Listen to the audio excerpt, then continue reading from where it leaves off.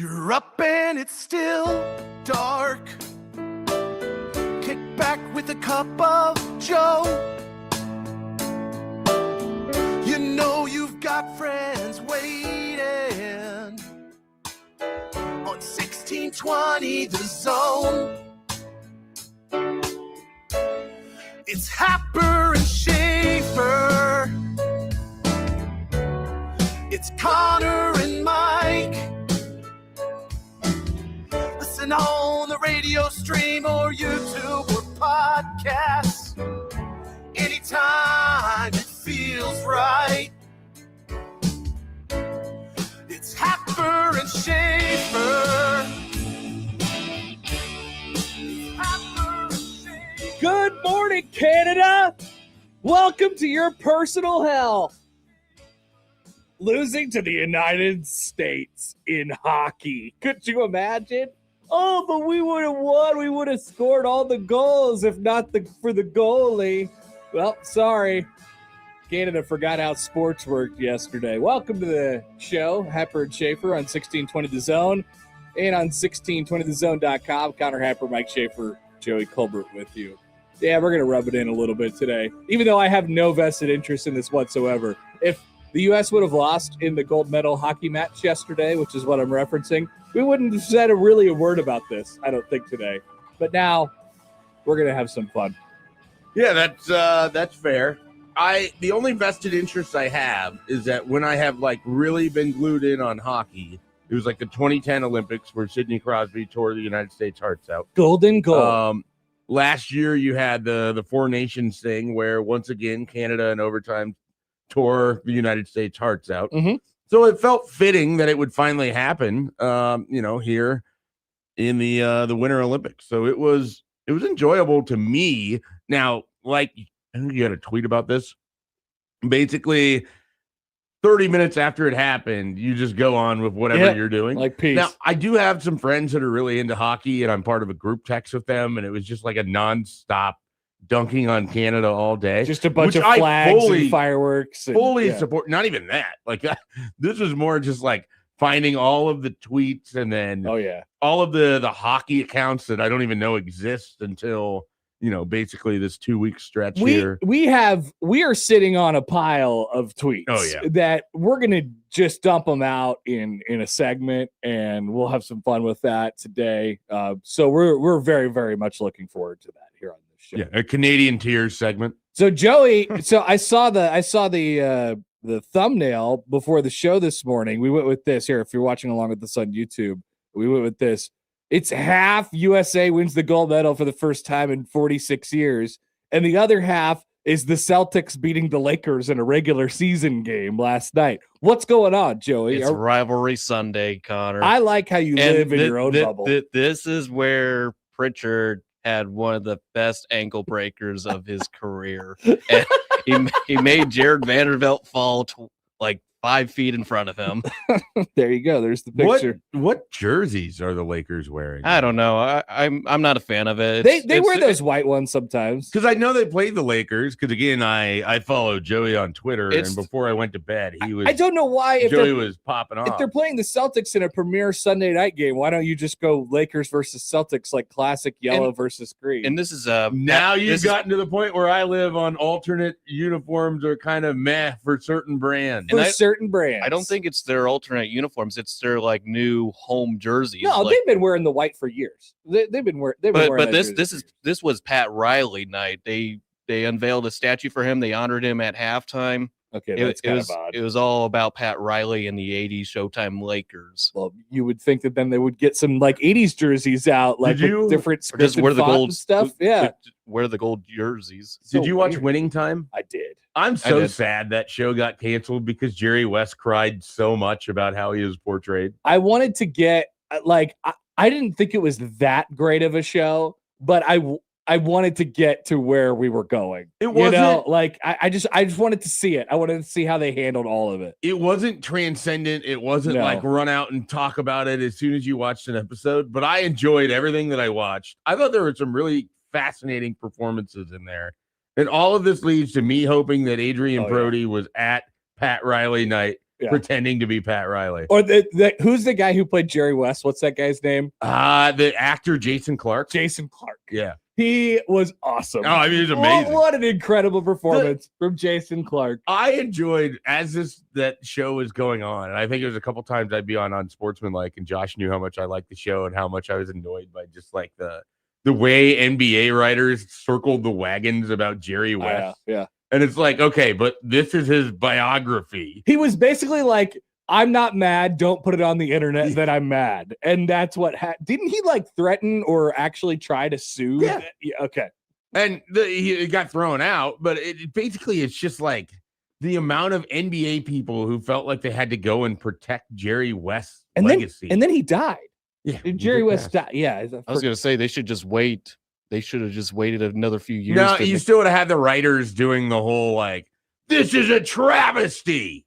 They said that he swore a lot and was a loose cannon.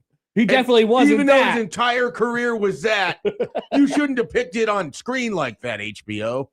Meanwhile, the depictions of no one else in that show was like complimentary.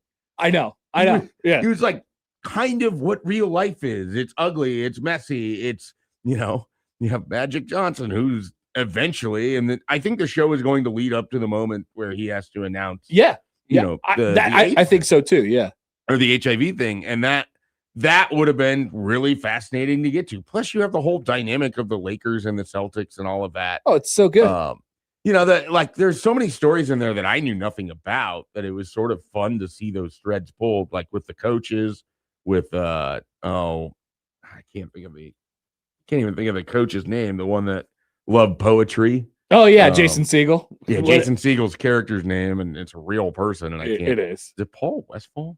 It's Paul West something sounds right. Yeah, it might be Paul Westfall. But yeah, I knew nothing about the dynamic of him and then the Jack. I don't know whatever his last name was, but there's just a lot in that show. It was great. It was fantastic. And so, I don't really kind of like Yankees Red Sox goes in one year and out the other when people talk about it as an amazing rivalry. Duke, North Carolina. I mean, I feel the same way with Boston and LA.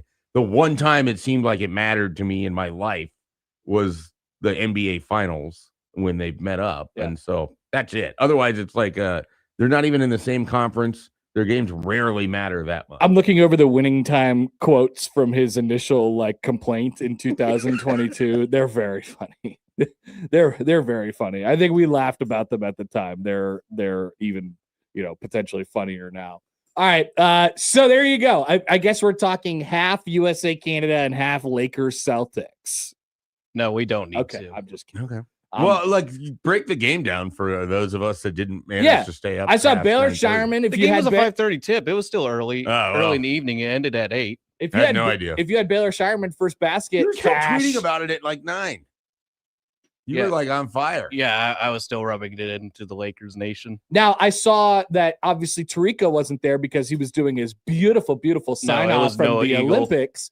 But I'm sure Schaefer saw that and said, Tarico, I don't buy this guy.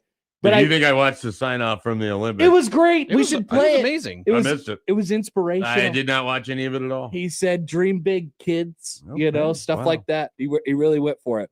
But they had Costas. They dusted off Costas. Then I don't feel like I missed anything. Yeah, I made a tweet about Costas. Did he yell about not Giancarlo's fault at some point? It's not Giancarlo's fault. He started off. He was like, "Hey, look, we got a deep bench, and they had to dust mothballs off of me." And then I do like the phrase "dusted off Costas." Yeah, that's what he said. Wow. Yeah, that's what he said. He literally said that last night. So yeah, did he do a pink eye to commemorate his last great Olympics moment? Great question. No, he seemed completely healthy. Wes writes in, wow, tough start to the morning on a Monday. Wes, at least I've seen the U.S. win a gold medal in hockey since I'll probably never see the Vikings win a Super Bowl. That is true. You get that.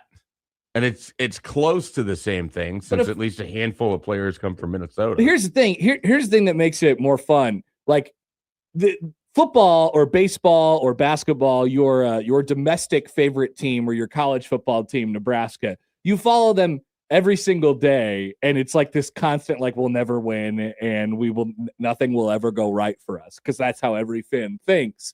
USA Hockey, like, you only have to care about it once every 4 years, and yeah, they won for the first time in 46 years, but it's really like in your regular following of sports team years, it was like 4. It's great. Or like 12, maybe. The other, sizable difference is that the United States is like the second best country in the world in hockey, know, yeah. whereas the Vikings have rarely been the second best football. We're a huge underdog. I mean, they are, like, it's wild. They're the second best country, and they are a big underdog because Canada is that much better. Yeah, they're pretty extreme. We will talk about all of that here in just a little while. Let's set up the show today. Tim Verghese will join us at 8:30. We'll go back to some comments from last week and continue to look ahead to spring ball. Nebraska, I think they're going Tuesday, Thursday, Saturday, basically. Yeah, that sounds right. This spring window until they head to spring break and then come back and then have the week of the spring game. So Tim will join us at 8:30. Michael Bruntz will join us at 9:15. Nice weekend for Nebraska baseball, who absolutely destroyed Florida State yesterday. With a 10-1 win, which means it was a 2-1 weekend for Big Red, which is not bad at all. So Bruntz will join us at 9:15. I think it was a 1-2 weekend. 1-2. They lose on Friday. Their bullpen gave away games. Louisville, Friday K-State, and then beat Florida State. So at least you got a nice little RPI. They took it out of the bullpen's hand. You got a nice little RPI pelt yesterday with the finale at the big. What are we calling that? What's a good nickname for that horrific architecture stadium in Arlington, Texas? Globe Life Park. Do they just call it the warehouse? I think I call it the big trash can. It looks like a big tin trash by can. me. It looks horrific. I don't have a ton of interest in going there. They had a great park. And then they did. They were like, really good actually, let's make it ugly. And then that's what they did. They wanted a retractable roof. So weird. And now it looks like, the warehouse that Costco has all of their stuff at. It really does. They bring it over. It does. It does. I mean, that's basically what it looks like. It's exactly that. So those will be our guests today. And we'll have our man of the weekend coming up at the end of this hour. Elsewhere today, we will jump into the basketball from over the weekend. I would like to talk about how, a lot of this show is going to be Schadenfreude, or as Schaefer likes to call it, Schadenfreude. Indeed. So Canada, they're going to be in our crosshairs. I'd like to talk about Penn State basketball. Holy crap. So we will later on in the show. Creighton, that didn't really look much better than Penn State did on Saturday. They got absolutely wrecked by St. John's at Madison Square Garden. Kind of hung in for the first half, so we'll talk about them. The bracket reveal came out, and Nebraska found themselves in the Cool Kids Club. What will it take to remain there? We will talk about that. At least probably 2 or 3 segments on the hockey thing, just to laugh and say ha-ha to Canada. It's the one time we can really go deep into hockey. Also, Mike Eckler has spoken. Yeah. Oh, no. What good can come from this? Almost none. I don't think. I look forward to being on the other side of this story. I do too, but we have to do it. Oh, no. I'm not saying we don't talk about it. I'm just saying, nobody's covering themselves in glory every time they talk now. And then we'll kind of go back to last week and what was said, and maybe offer some bigger picture thoughts on all that stuff as well. So that is the setup for the show today. I want to hear from you all. 402-951-1620 on the Prairie Flower Casino Zone hotline. You can call or text that number. Tweet at HappenSchafe, at Connor Happer, at Mike J. Schaefer on Twitter. Email Connor, Mike, Joey, 1620thezone.com on the Equitable Bank Zone inbox. And we say good morning to the YouTube streamers today, like Thomas, who says, screw Canada. What a great take by Thomas. Blame Canada. Here is Cody, who writes in, what did Connor do this weekend to be able to manage himself man of the weekend? Great question. I actually came up with one this weekend. Wow. So screw you, Cody. I will not be the man of the weekend. When you'll know whenever I'm the man of the weekend, my own man of the weekend for the second time, you'll know that I don't have anything else to talk about, or I couldn't come up with anything else. And so I just named myself man of the weekend. That may have happened, but that will not be the case today. You'll have to just wait and see who the man of the weekend will be coming up in just a little while. All right, we're off and running on a Monday. Appreciate y'all being here. Let's get it started on a frigid Monday morning on 1620 The Zone.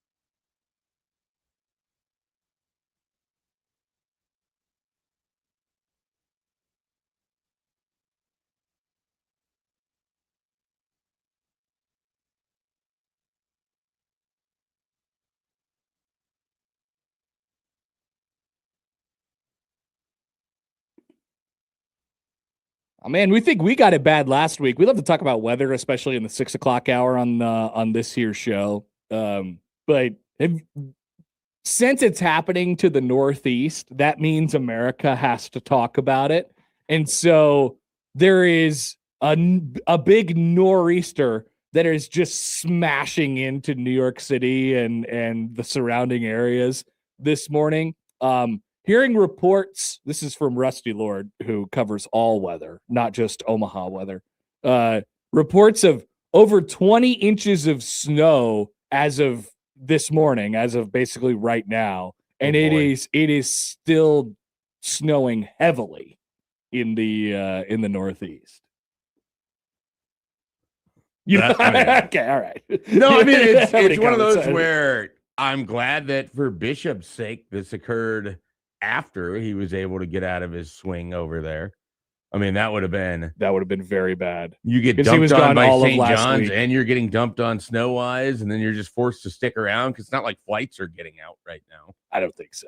No. No. You know, and then there's just a ton of things happening where flights are just a problem at the moment, anyways. Yeah. What are they doing? They tried to cancel our pre-check over the weekend, and then Do they reverse on that? no. They never actually said that they weren't going to cancel the TSA pre-check, but it turns out that they were just looking at airports across the country, and the airports were like, actually, we're going to keep TSA pre-check open. It's very much a negotiating ploy. 100%. And it's hilarious. What do we do to get what we want? We make it harder for people who have bought this $60 for 5 years subscription service, and so they can't use it anymore. And they all get angry and they change things. And I am angry.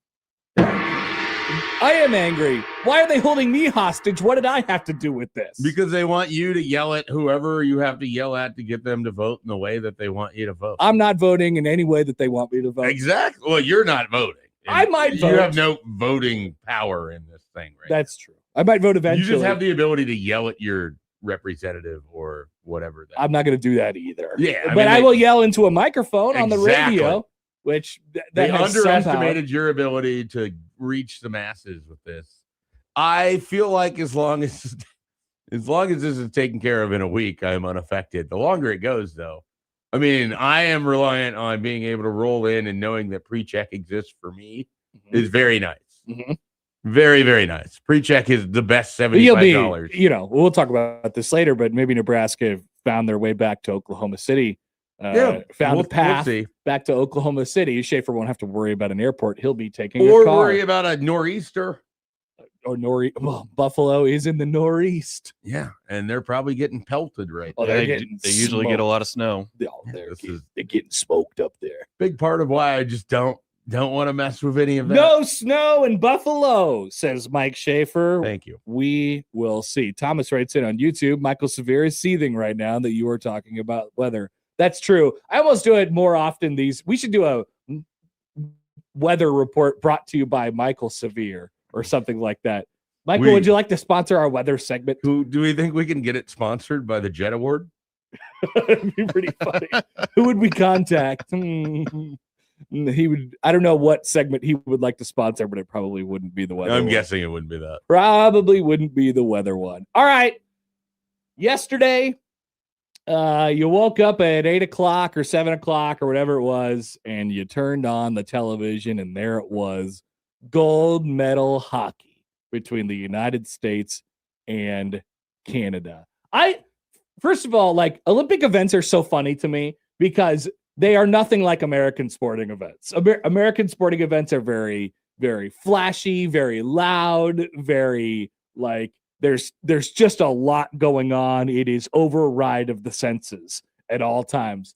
The Olympics, while attempting to do that in some areas of their presentation, it's very sterile. It's the Olympics. I mean, it's just straightforward. Yeah, it's very straightforward. Which I don't say that in a bad way. Like it's just so fun to watch compared to what we usually get. The senses are bombarded in United States sporting events. That was the first thing I noticed when I turned on TV yesterday. I'm like, this is weird. This doesn't feel like a Super Bowl, even though it is. Well, everybody in America is watching this, and it doesn't feel like that kind of event at all. Part of it is the timing. Part of it is it's a sport that you don't usually pay attention to.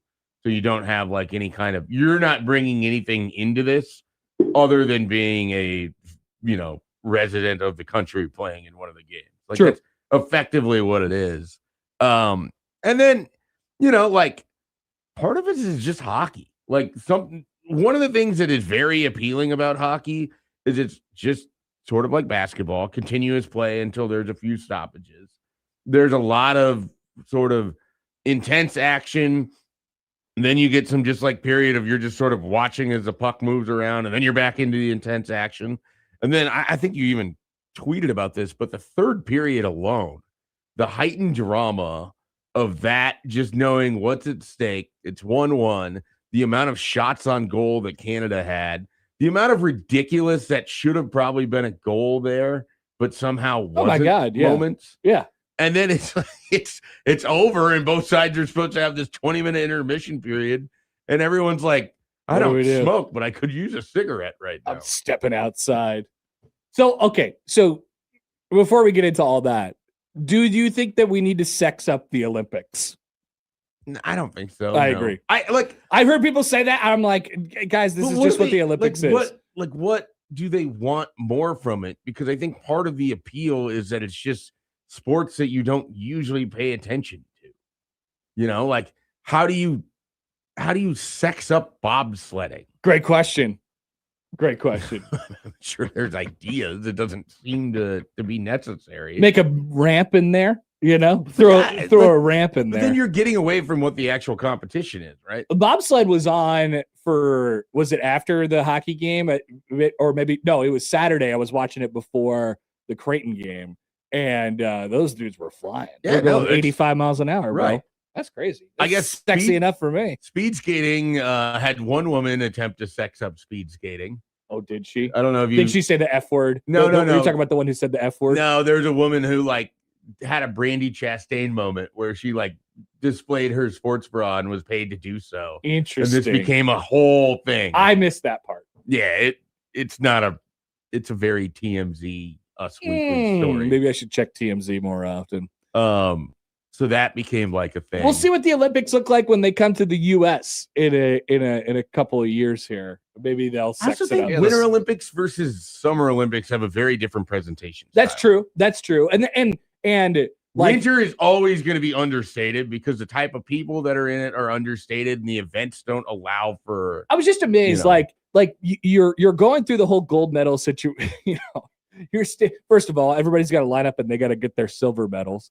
And it's amazing, which is just hilarious. They're plush beanie babies, and they're beanie babies, which is the funniest thing of all time. But once again, very Olympics, very this is the world's thing, and this is what we do. And then you have the public address announcers. There's 4 of them because they're speaking 4 different languages and stuff like it's just all very and the sound is not piped in to the PA, the effects are not there, so you just have to hear it as a natural sound throughout the arena. I don't know how big that arena was that they were playing. It didn't look very big because it looked like there was covers, or it's just like a 10,000 capacity, I think. Is it 10,000? It looks like it's 10,000 nuts, capacity. because if you made that available, it'd be tough because how many people just happen to be in Italy. But I'm wondering how many thousands of people would have attended that game had the ability to. Let's see. I wonder how much tickets cost for that game. You'd never be able to. Yeah, great question. I genuinely don't even know. I don't know what the Olympic ice hockey.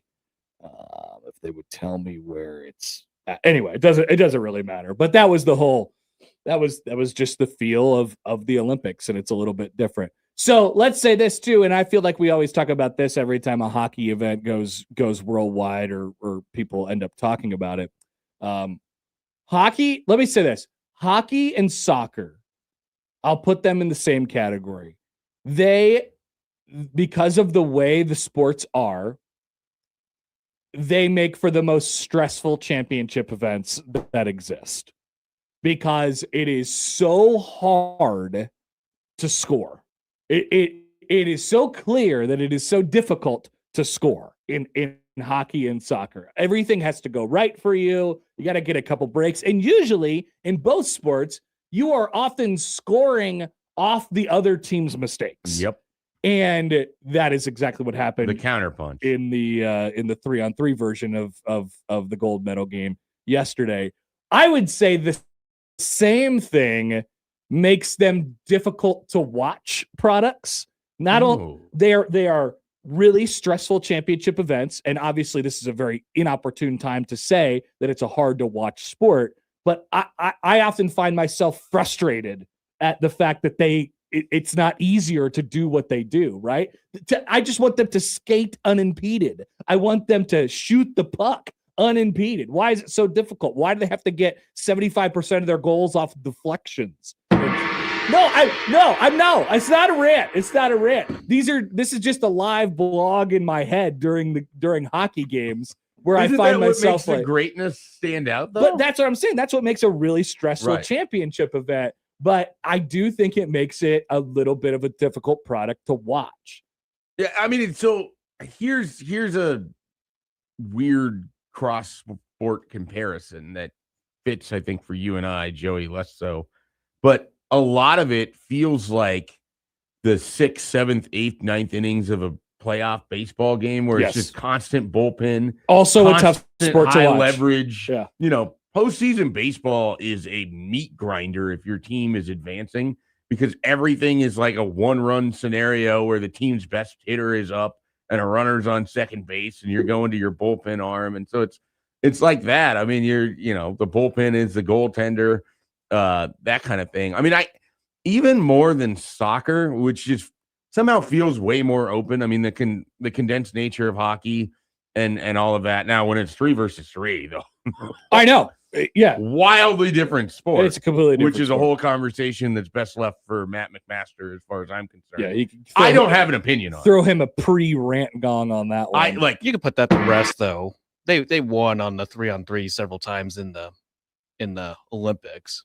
Right. I just don't like both sides play in the 3-on-3 environment. And if you're basically telling me the 3 best players in the world are all Canadian and they're playing in 3-on-3, it seems like it's an advantage for them, and they didn't win. And I don't know why they would be crying about it after the fact. But I would think so too. I would think that it would be advantage for them. I think it also, like, it's not real hockey. Well, right. And so in theory, that makes it more random. Like so I was trying to think about this yesterday. Like, who actually is it better for? So there's a more wide open rink, obviously more room to move and more room to skate. In theory, the team with more talent and better athletes has the advantage in that situation, right? Because they either they skate faster, they have the ability to find themselves more open, whatever it might be. They're less impeded. They're less impeded. They could shoot it from longer ranges and stuff like that. Like, I know these things sound like I'm a basketball guy watching hockey, which I completely am, for the record, but I'm also trying to, like, just think of it in a really broad sport, quote unquote, manner.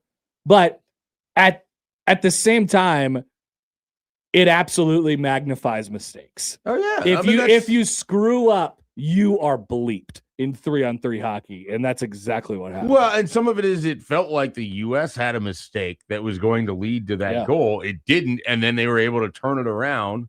Where, I mean, I still don't really understand what Canada was doing as we're going to recover that puck, and then the guy loses it, ends up in the right on the right stick and into the net. I mean, it was so bang, bang, bang. But that's 3-on-3. It's 3-on-3 hockey. And again, like that's to Joey's hockey. point, it's not like we hadn't seen this during the Olympics already at this point. So I don't know. I don't put a lot of stock in the complaints on it, because everybody was playing in that format. Like, you know what the format is. I can't wait to get to it's like being upset about penalty kicks. Like, yes, there's an element of it that isn't actual soccer, but both sides are. Anybody that's mad about it, and we'll get to them, because we have a pile of tweets of just sour grapes from Canadians. Sure. That's what it is. If you're like, this isn't, and I understand, like, if you're a hockey purist, you're sitting there, it's like, this isn't right, but you're not mad about it today. Well, if none of these guys would have been playing, because they're all professionals now, anyways. There you go. And so, like, pick your pick your like stand and then realize that sports is steamrolling past you anyway. So we'll get to the angry Canadians as we go on throughout the show today. What a misnomer. But first gold medal in 46 years for the Americans in hockey. It was not the Miracle on Ice, but it did have similar, like it had similar aspects of the Miracle on Ice, where the Americans were very American. The Americans were the scrappy, backs up against the wall. The shot of the guy who made Hughes makes Jack. He's got half of a mouth. Yeah, his teeth are gone. He looks disheveled in every single way. He's what, 20 something years old. He looks like he's 40 or something like that. Like that's American hockey, right? There's very few stars. There's very few like really, really big names that transcend the sport. Like I don't watch American hockey player. I don't watch hockey at all. And I knew half of Canada's roster. It was incredible. Sure. Well, I mean, if you know of Denver's, right. That helps. Right. But I couldn't even. There was times in my life where I could tell you who the best United States hockey player was. I don't think I know. I think I have an answer. Maybe I think it's Matthew Tkachuk or whatever his name is. Maybe it's one of the Tkachuk. Maybe it's Hellebuck now. Mr. Hellebuck is the GOAT. Robbie Lula went viral over his tweet about whoa. Yeah. He did? I mean, like, what did he viral do? In the sense of what, 15,000 but what did he say? Favorites or whatever. He had a that the goalie should never have to buy a beer in the United States again. Great take. I agree. That's a great tweet to go viral. I missed that. But indeed. It's wild when other people that like in other walks of your life are quote tweeting it and they would have no idea who this is. That always gets me when there's like this merger of worlds colliding. I know that guy. Debo writes in, it's probably Patrick Kane or whatever. It's Patrick Kane right now. It's Austin Matthews, who will have Austin Matthews. Oh, I knew that name.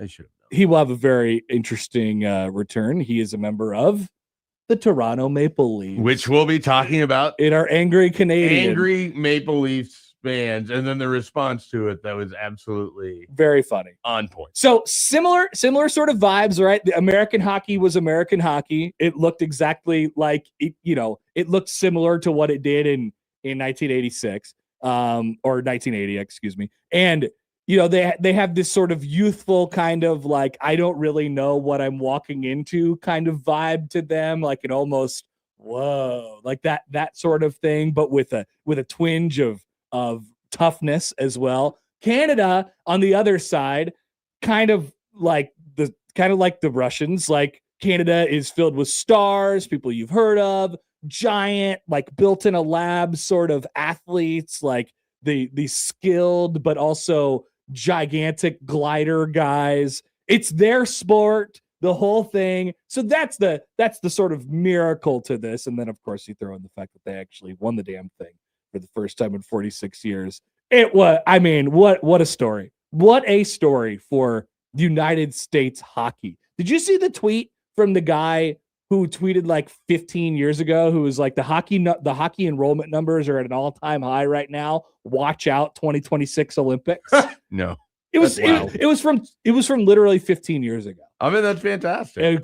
It's an incredible tweet. I think like it is my favorite viewing experience of a sport when I'm at it, because it's just the environment of being at a hockey game is tremendous. I just can't get myself to care on the club level, the professional level. It's the same exact thing as soccer, where if the United States is involved, I'm interested. I certainly can't get into the MLS, and I'm not able to trick myself into caring about the EPL. Like, that's the problem for me with the NHL. Like, you'd have to try hard. I used to care when I was a kid, and now I just don't have any of the same interest or even willingness to go figure out how to watch it or where to watch it. I did wonder where Barry Melrose was yesterday. Where's Barry Melrose? I'd like to fight him. Now. Are you talking about the ESPN guy? Yeah. I think he was suffering from health issues. That's why he left ESPN. Dang it, I take the fight part back. But he was a big part of my hockey experience. Well, yeah, I mean, Barry Melrose was basically the ESPN hockey guy for most of our, youth. Exactly. Then we get to oh yeah, I was gonna get to this tweet from Hockey Dad who said they stopped because his kids play club hockey in Raleigh, and he says they stopped all the games in Raleigh when the U.S. won gold. The rink was down the street from the house we were at. They also, this one that he attached in the tweet. They also stopped my son's team's game. They were just like, yeah, we gotta let's pause and let's watch this or find a way to listen to it or something like that. Let's go. Hockey takes over America yesterday once again, which is fine, but for us non-hockey guys, we'll probably forget about it, and it's a great excuse to talk crap on the Canadians, which we will continue to do as we go on throughout the show today. Mike writes in, he says, I have a wild take. I don't care about USA hockey now. I really don't either, but I'm happy that we won the gold. I'll care again the next time it's Four Nations or the next time it's the Olympics, and I'll be right back there with it. Also, get the Hellebuck guy. Yeah, I agree with Ravi. Get that guy a beer, Just get his Venmo out there. And he's another guy that has to return to Canada, right? Yep. For his NHL team, which is fantastic. All right, we'll take a break. We'll come back with our man of the weekend on 1620 The Zone.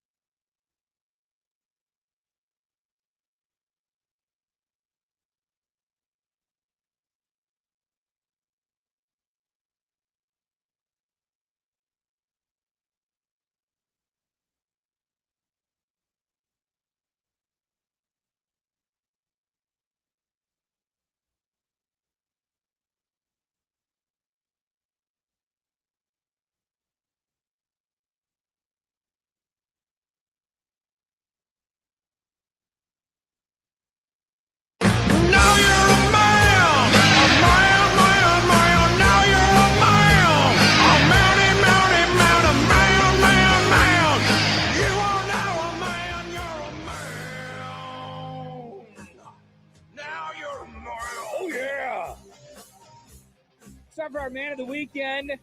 Usually I try to go somewhere off the board from like the topical things. So, I mean, you could very easily give this to Connor Hellebuck. You could very easily give it to anybody on Team USA. Omaha's gold medalist, Jake Gensel.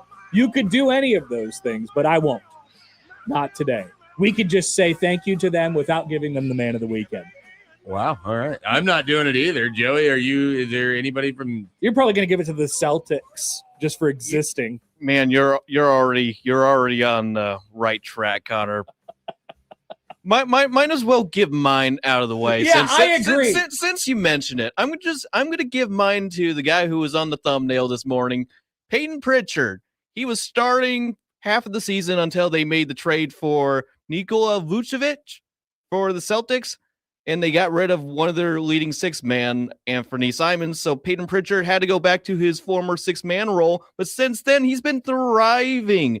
So since the All-Star break, he scored 26 against the Golden State Warriors from the bench, 10 for 18 shooting, 6 for 11 from behind the arc. And then last night, he dominated at what Joe Mazzulla still calls the venue Staples Center. He scored 30 points, 10 for 14 shooting the basketball, 6 for 9. He made some crazy, ridiculous 3-point shots. He had a logo 3 where the Celtics lost the basketball and Pritchard recovered it and just randomly shot the basketball from the Lakers logo, made that. He had a buzzer beater at the end of the first half, and then he made Jared Vanderbilt fly for like 5 feet with that crazy ankle breaker early in that second quarter. He's been playing phenomenal basketball lately. Way to go, Peyton Pritchard.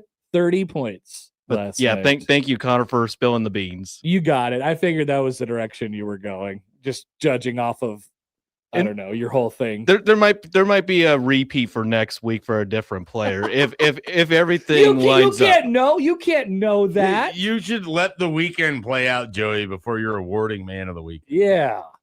You can't pre-award man of the weekend. For this weekend, it was either going to be Pritchard or Mike's favorite man, Mike Tirico, which could have been Mike Tirico. You could have went with that. He said, I wanted to reserve Mike Tirico for you. Thank you. Yeah. I will not be choosing Mike Tirico. Would you like me to? Sure. All right. I am awarding it to Mustafa Cham, the center for the Cincinnati Bearcats, a 28-point effort against the Kansas Jayhawks. You love it when Kansas in a loses. Terrific win for the Bearcats as the Jayhawks lose. It was another loss for a top 10 team. A lot of losses for top 10 teams over the last. This could potentially be the most on-brand man of the weekend that we've ever had. Joey picked a random Celtic. You picked a team who beat Kansas, and he had 28 points in the win. I am choosing 7'2" man from Senegal, Big East coach Shaheen Holloway. All right, Shaheen Holloway is my man of the weekend. Why is Shaheen Holloway my man of the weekend? Because I like it when guys never stop being themselves. The Seton Hall Pirates on Saturday against Georgetown won a Big East basketball game while making 0 3-pointers. Wow. 0 for 18 from 3. Who did they beat? For Seton Hall over Georgetown. Okay. They won 51-47. 0 3-pointers. This is the 4th best team. This is it. This is what we have. The 4th, possibly 5th, depending on what day Creighton is playing. The current best team in the Big East didn't even need to hit a 3 against the Blue Jays. Who is the best team in the Big East? Maybe we could have a conversation about that later. I mentioned it last week. People are thinking about it and talking about it, but I just like guys who will never stop being themselves. And Shaheen Holloway is the coach of a team who fits. First of all, he's a Seton Hall guy, but he's basically doing the exact same thing that he was doing at St. Peter's that he is right here. He has like the same amount of talent. He has a bunch of basketball players that just ram into you and try and cause fouls and don't shoot threes literally at all. And it all came to a head on Saturday against Georgetown when they made 0 of them and won. By the way, Seton Hall, 335th in the country in 3-point shooting percentage this year. What was the score of that one? It was 51-47. Incredible. Wow. I don't know what the pregame total was for it, but I assume we clipped the under there in that game. Although it couldn't have been that much higher because this is exactly what Seton Hall does. Seton Hall probably not going to make the NCAA tournament at this point. Unless they. I mean, they do have matchups with UConn and St. John's still in the regular If they win season. out, they've got a great shot. If they win out, they'll be in good shape. But I don't believe they're going. It was to 136 and a half for total points in that game. We cleared the under pretty good. Like, I feel like they're probably not in the first two of the next 4 out, and then the 4 out after. Yeah, I guess that. I don't know where they've been bracketed lately, but just looking at what they look like on paper, they're not. They're going to the crown. Honestly, looking at them with my eyes, they're not good. But, yeah, that's most of it for me.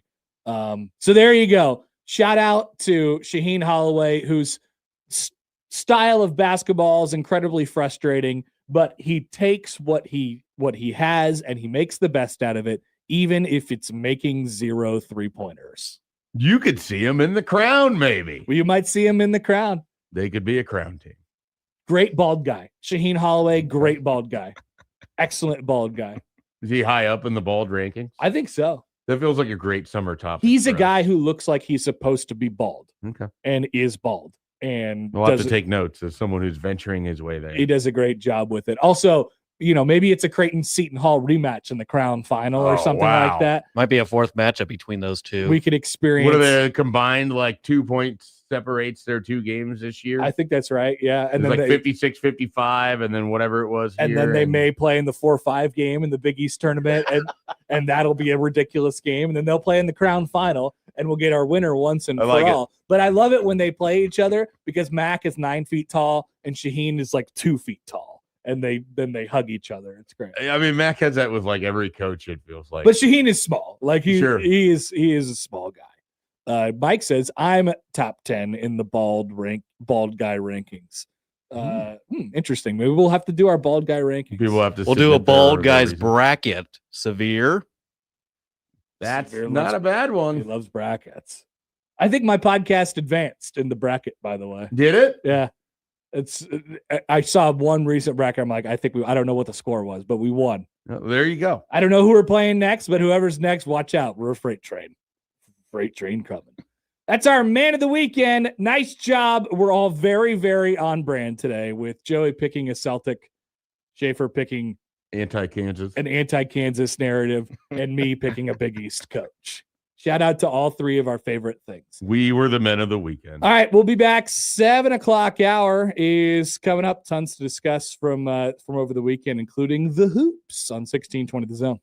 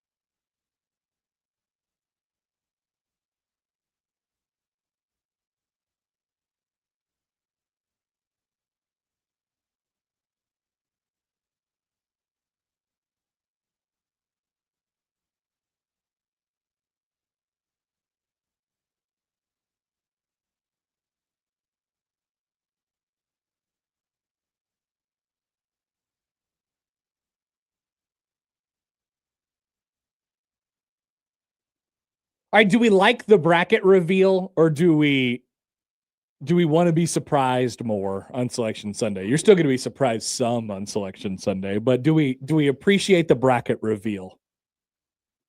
I'm good with it. Like I don't Me have too. any real issue on it. It's one of those that I knew it was happening, and then I think it was 11 a.m. on Saturday is Yep. when it came out.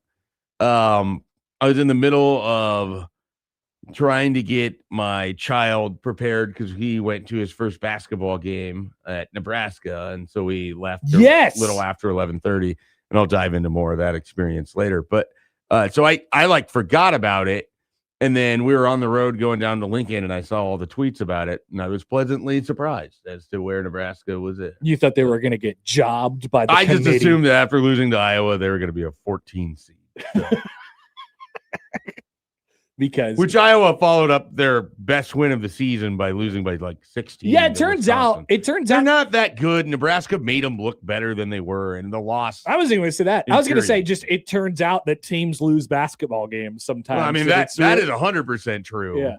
But that loss to Iowa should not have happened. So here's how it broke down in the bracket reveal. This is all following a fun weekend in Indianapolis for the media to create their fake bracket, and then this to actually come out on Saturday morning. 1 seeds: Michigan, Duke, Arizona, and Iowa State. Remember, this is before all the results on Saturday and over the weekend, although they don't change that rapidly or significantly unless it's really bad. There's one team who got damaged pretty good over the weekend. We'll talk about them in a second. 2 seeds: Houston, Illinois, Purdue, and UConn. 3 seeds: Florida, Kansas. That's our damaged team of the weekend. Gonzaga and Nebraska. Number 4 seeds: Virginia, Vanderbilt, Michigan State, and Texas Tech. Texas Tech only included for pity, it seems, at this point, because JT Toppin is out for the season. So interesting that Iowa State grabbed that 4th number 1 seed. I first of all, I'm in full support of it. I think I have fully wrangled all of my thoughts in college basketball to like, all right, which team am I going to pick to win the national championship? Which team am I going to attach my cart to? It's Iowa State, even though what happened to them over the weekend happened to them.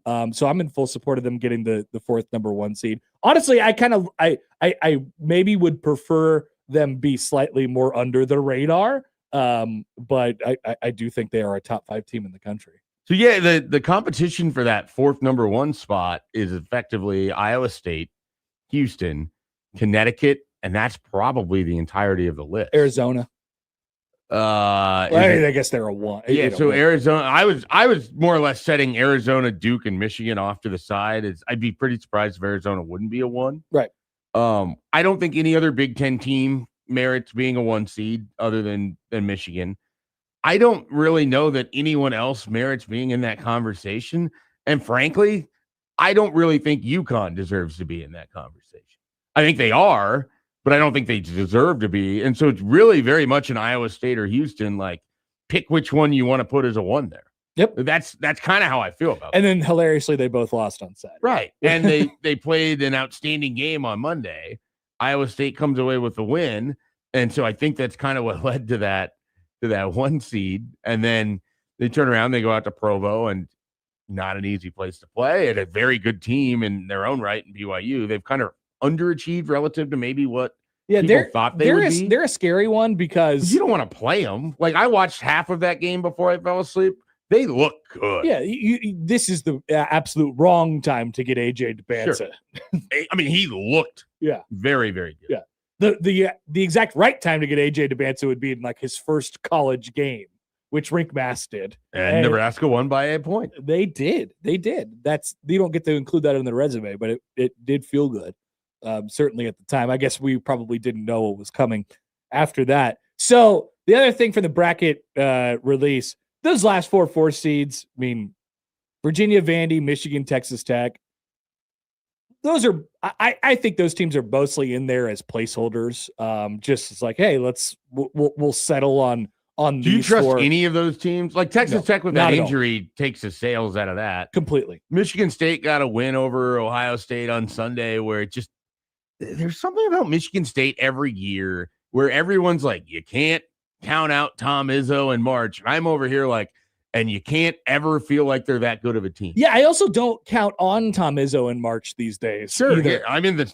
I've basically been in that boat for a while. Yeah. I think people forget almost, they haven't won a national championship since 2000. Sure. I think it's almost like blinders for me, where it's just I get so tired of hearing about Michigan State, and they never match up when I watch them for how people the reverence and the way that they get talked about. And it's like they're able to eke out a lot of these games. They're also quite the dislikable team this year. Well, Fears. yeah, I mean, you have fears, yeah. and, whatever from there. But it's just, to me, they're probably capped at being a 3. They still have games, I think, with they still have Purdue and they still have Michigan left on their schedule. So they have a couple tough games. Purdue and Michigan and Indiana. So it'd be unlikely. Now, if they win out, maybe we're having a different conversation. I don't think they're going to win out. I don't think so either. So they would be the one that I would potentially trust out of the 4s there. Yeah. I don't know what to do in Virginia. I don't think anybody else really has an argument to be in there. Obviously, Vanderbilt is not to be trusted, and Texas Tech, we talked about them already. So this is the question that I want to ask. I think there is a clear line of delineation maybe after 13, if we have Michigan State as 13 and the rest of them. So then we'll transition this back toward Nebraska. We'll talk about their game individually in a little while here. Like can Nebraska, who is in the cool kids club, no doubt about it. I think the line happens well after them. Can they remain in the cool kids club for the remainder of the regular season, which is basically, once again, not only making sure you're one of those top 4 seeds in the NCAA tournament, but more importantly, a team inside of those 16 teams that people will, attach their wagons to and say, hey, I think these guys are really good and they could challenge for winning a region or getting to an Elite 8 or something like that. Yeah, I mean, they really only have one conceivably bad loss left on their schedule because they'll play against Maryland, and then every other team they play going forward is more than likely a tournament team. So, USC, you don't want to, if you're Nebraska, you take care of business. If you win out, you're clearly going to be a 3. There's maybe an outside chance that you could be a 2 if Purdue takes a stumble, something like that. So it just comes down to, can you take care of business? 2 really tough games on the road out in LA. And I have no question that they're going to beat Maryland. The way Nebraska came out and handled Penn State, and Penn State's really bad, but the way Nebraska played, I think they're built to really sort of handle bad teams. Yeah. It's the teams that are kind of in the middle where you question, and then the teams that are 100%. really good, they're bad teams are bad because they are the exact opposite. They're such a high Nebraska. floor team, I guess, is what Nebraska I feels agree. like right now. I agree. And so I guess the bigger conversation, if you're getting into that, is has the ceiling come down for them? I think it has. I think you think that it has. Yeah. And then that gets into a different, but we don't have to go to that quite yet. So really, without much of a chance to completely stub your toe, I mean, if you lose to a USC or a UCLA, it's not going to damage you that much. I mean, I wouldn't expect Illinois to drop significantly because they lost in overtime to UCLA. Now they had that game won early and then completely fell apart. Let me tell you this, and I don't say this to just pump smoke. I think Nebraska is going to steamroll each of their next 3 games. I think Nebraska is going to to wreck USC and UCLA. I mean, I hope so. Yeah, I truly hope. I don't say that to raise the bar or anything like that. UCLA feels like the biggest sort of hurdle of that. USC is such a weird team. They're very athletic, but I think the thing is Nebraska will I think their offense will present challenges for USC despite that athleticism. Yeah. But let's just play it out here real quick. Whatever happens in the Iowa game and then whatever happens in the Big Ten tournament, there will be no loss on Nebraska's resume that says, "Oh boy, if you catch them on the right night, you could really get them." If you're like a 13 or a 14 or something like that, there would be no evidence to point that direction. And that's also why, and that's what you're looking for. That's when you are trying to find teams that go deep into the NCAA tournament, you're trying to find their vulnerabilities on if they could lose in the first weekend. And Nebraska, I think, a 3 versus a 6 game is very, very different for them than a 3 versus a 14 game. But you look at Michigan and you look at Duke and you look at Arizona and you look at Iowa State and you look at Houston and you say those teams are not losing to 16s. Those teams are not losing to 15s. And they're probably not losing to 8s and they're probably not losing to 7s either. That's why they're in the mega cool kids club, right, at the top. And then elsewhere, you're like, oh, maybe. I don't know what their ceiling is, blah, blah, blah, whatever it might be with them. But I'm pretty damn sure, with the exception of Kansas, who could beat anything on any night, I don't think these teams are losing in the first game. And that guarantees you what you're looking for, which is that elusive first game. Which is basically the starting point of what you want. And then from there, it's very much get to the second weekend. Yep, no doubt about it. Here is Gus Mohawk on the text line. He says, I'm in a pickle. I go to an away football game every year. Oregon doesn't work out with my schedule. So I have to decide if I should go to Nebraska's first round NCAA tournament game in Oklahoma City / St. Louis, or go to an away football game that is not Oregon. Would love to hear your thoughts. What a great question. So the away games are effectively Rutgers, Illinois, Oregon, and what are they, back in Iowa City? Those are your 4 away games. I believe that's well. This should be in a 5 away game. Oh yeah, with Oregon, right? Yep. So Michigan State's the one that I hadn't mentioned. Yes, they're at Michigan State, Oregon, Illinois, Rutgers, and Iowa. And you're already not going to Oregon. No, I would say this anyway. I would rather go to the NCAA tournament than Oregon personally. But I would answer NCAA tournament. Yeah, no matter what, whether it's in Oklahoma City or St. Louis or Buffalo or whatever. But you were already gonna, if the timing would have worked out, if you would have gone to Oregon, you could get the Buffalo. If it's a financial consideration, though, if Nebraska plays in St. Louis or Oklahoma City, it's going to be very expensive. Like, tickets are already going to be really expensive, and so it's going to go up from there. Yeah. So if that's part of the equation, and then getting to Buffalo is expensive. Well, I think he's only going to go if they play in one of the 2 drivable locations. I would definitely try to do that. Yeah, absolutely. The chance to see history versus going to watch Nebraska play Illinois in one of the worst Big Ten cities, or honestly, the one that I would suggest would be Michigan State. If you were going to go to one of those that wasn't you couldn't do Oregon, I would do Michigan State. And you never know, if you go to the site and you don't have tickets, then there will be teams who get eliminated in the first couple of days. Right. Maybe a big team gets eliminated and you find yourself at a round of 32 game with a chance for Nebraska to go to the Sweet 16 for a pretty decent price. You never know. You never know. Who among us has gone to St. Louis without tickets to a basketball game? I certainly have.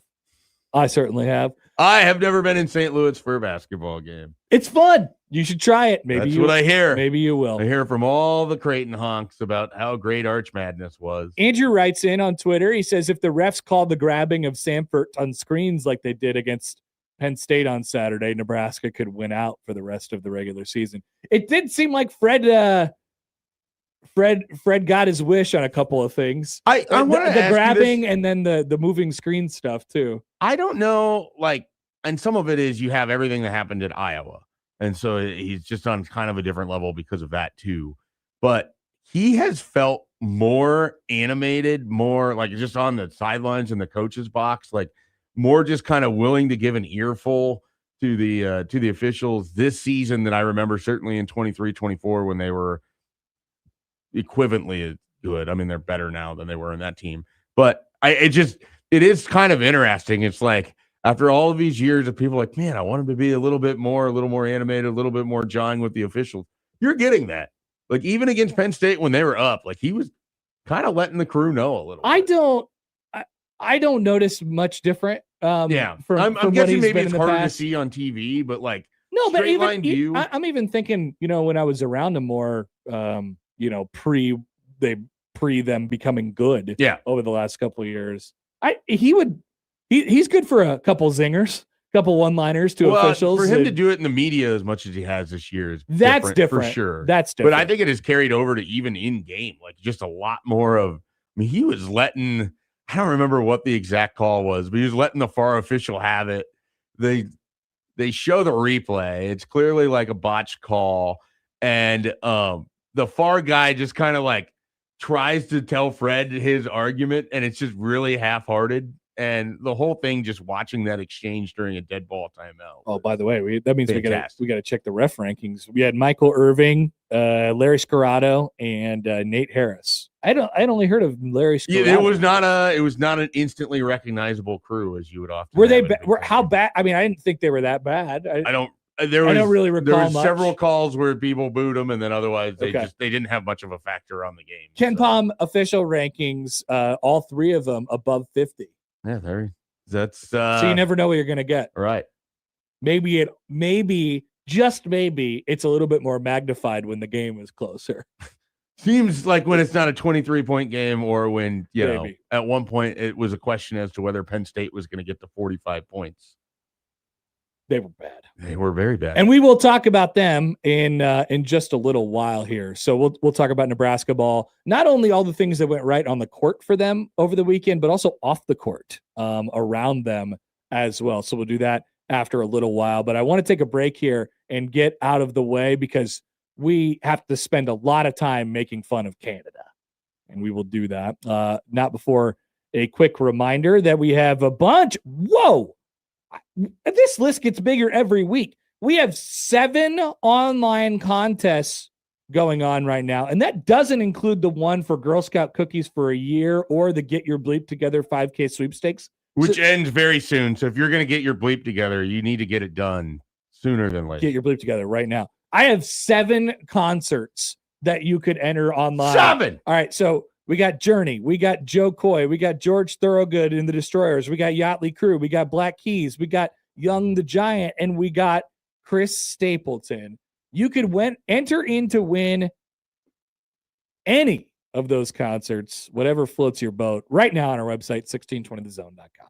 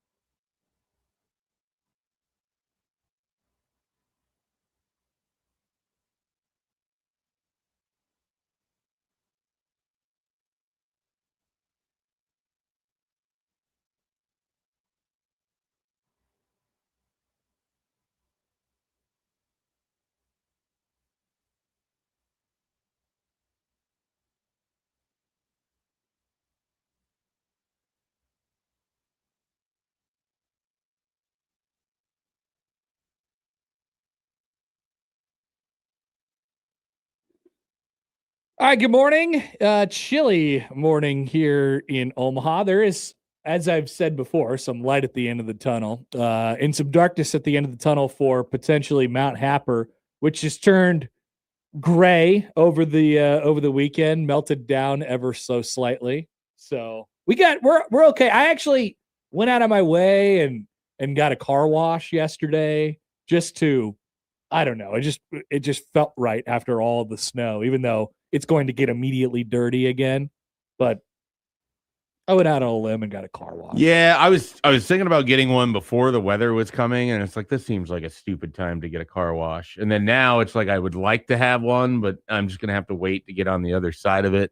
And invariably, I'll just wait until everyone is in line all at the same time. What do you think the odds are that we play baseball in this state in 10 days? Pretty high. Yeah. I think it's a good chance. I I think don't we're think gonna there's be anything in the future forecast that would prevent it, other than I guess if there's a freak, snow event. Now you have to get rid of all the snow first. Well, later this week. We're looking at a couple days in the 50s and 60s. Okay. Right? Next Wednesday is going to be up to 64. It'll be in the 30s for a little bit, but it'll be back to 64. Well, it'll be 65 this Friday, but then it'll get cold again, and then the next Wednesday will be 64. We are just a little more than a week away from baseball here in the well, at least for Creighton. I guess I don't know when Nebraska opens their season at home. It's In Omaha as well. 8th. I think around the same time, early March. Nebraska will play. Oh, Nebraska and Omaha will play each other next. I believe this is right. This is next Tuesday. Let's see what is. Yeah, it's Tuesday. Yeah, next March Tuesday, 3rd. the 3rd. A 1:30 Wow. game. Whoa.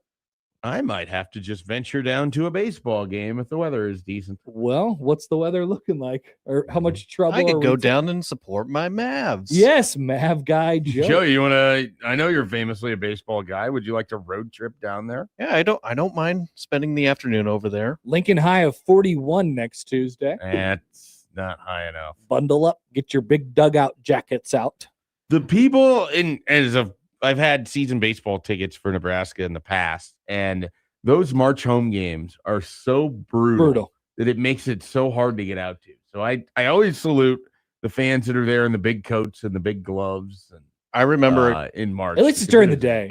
It is very, very difficult. I remember a couple of years ago in my last year at UNO, me and a couple buddies went down to cover the Mavericks Razorbacks down at Fayetteville. It was like March 3rd. It was 80 degrees outside. It felt like late spring, early summer. And then a couple days later, we went up north to Sioux Falls for that Summit League tournament, and it was snowy, very cold and snowy. Yep. Take the same road, go up about a few hundred miles. Is that the first time made the championship game up there for that tournament? The one that you went to? This was the year before Baylor Shireman went to Creighton. This was Baylor Shireman, South Dakota State, when he was cooking the Mavs in the Summit League.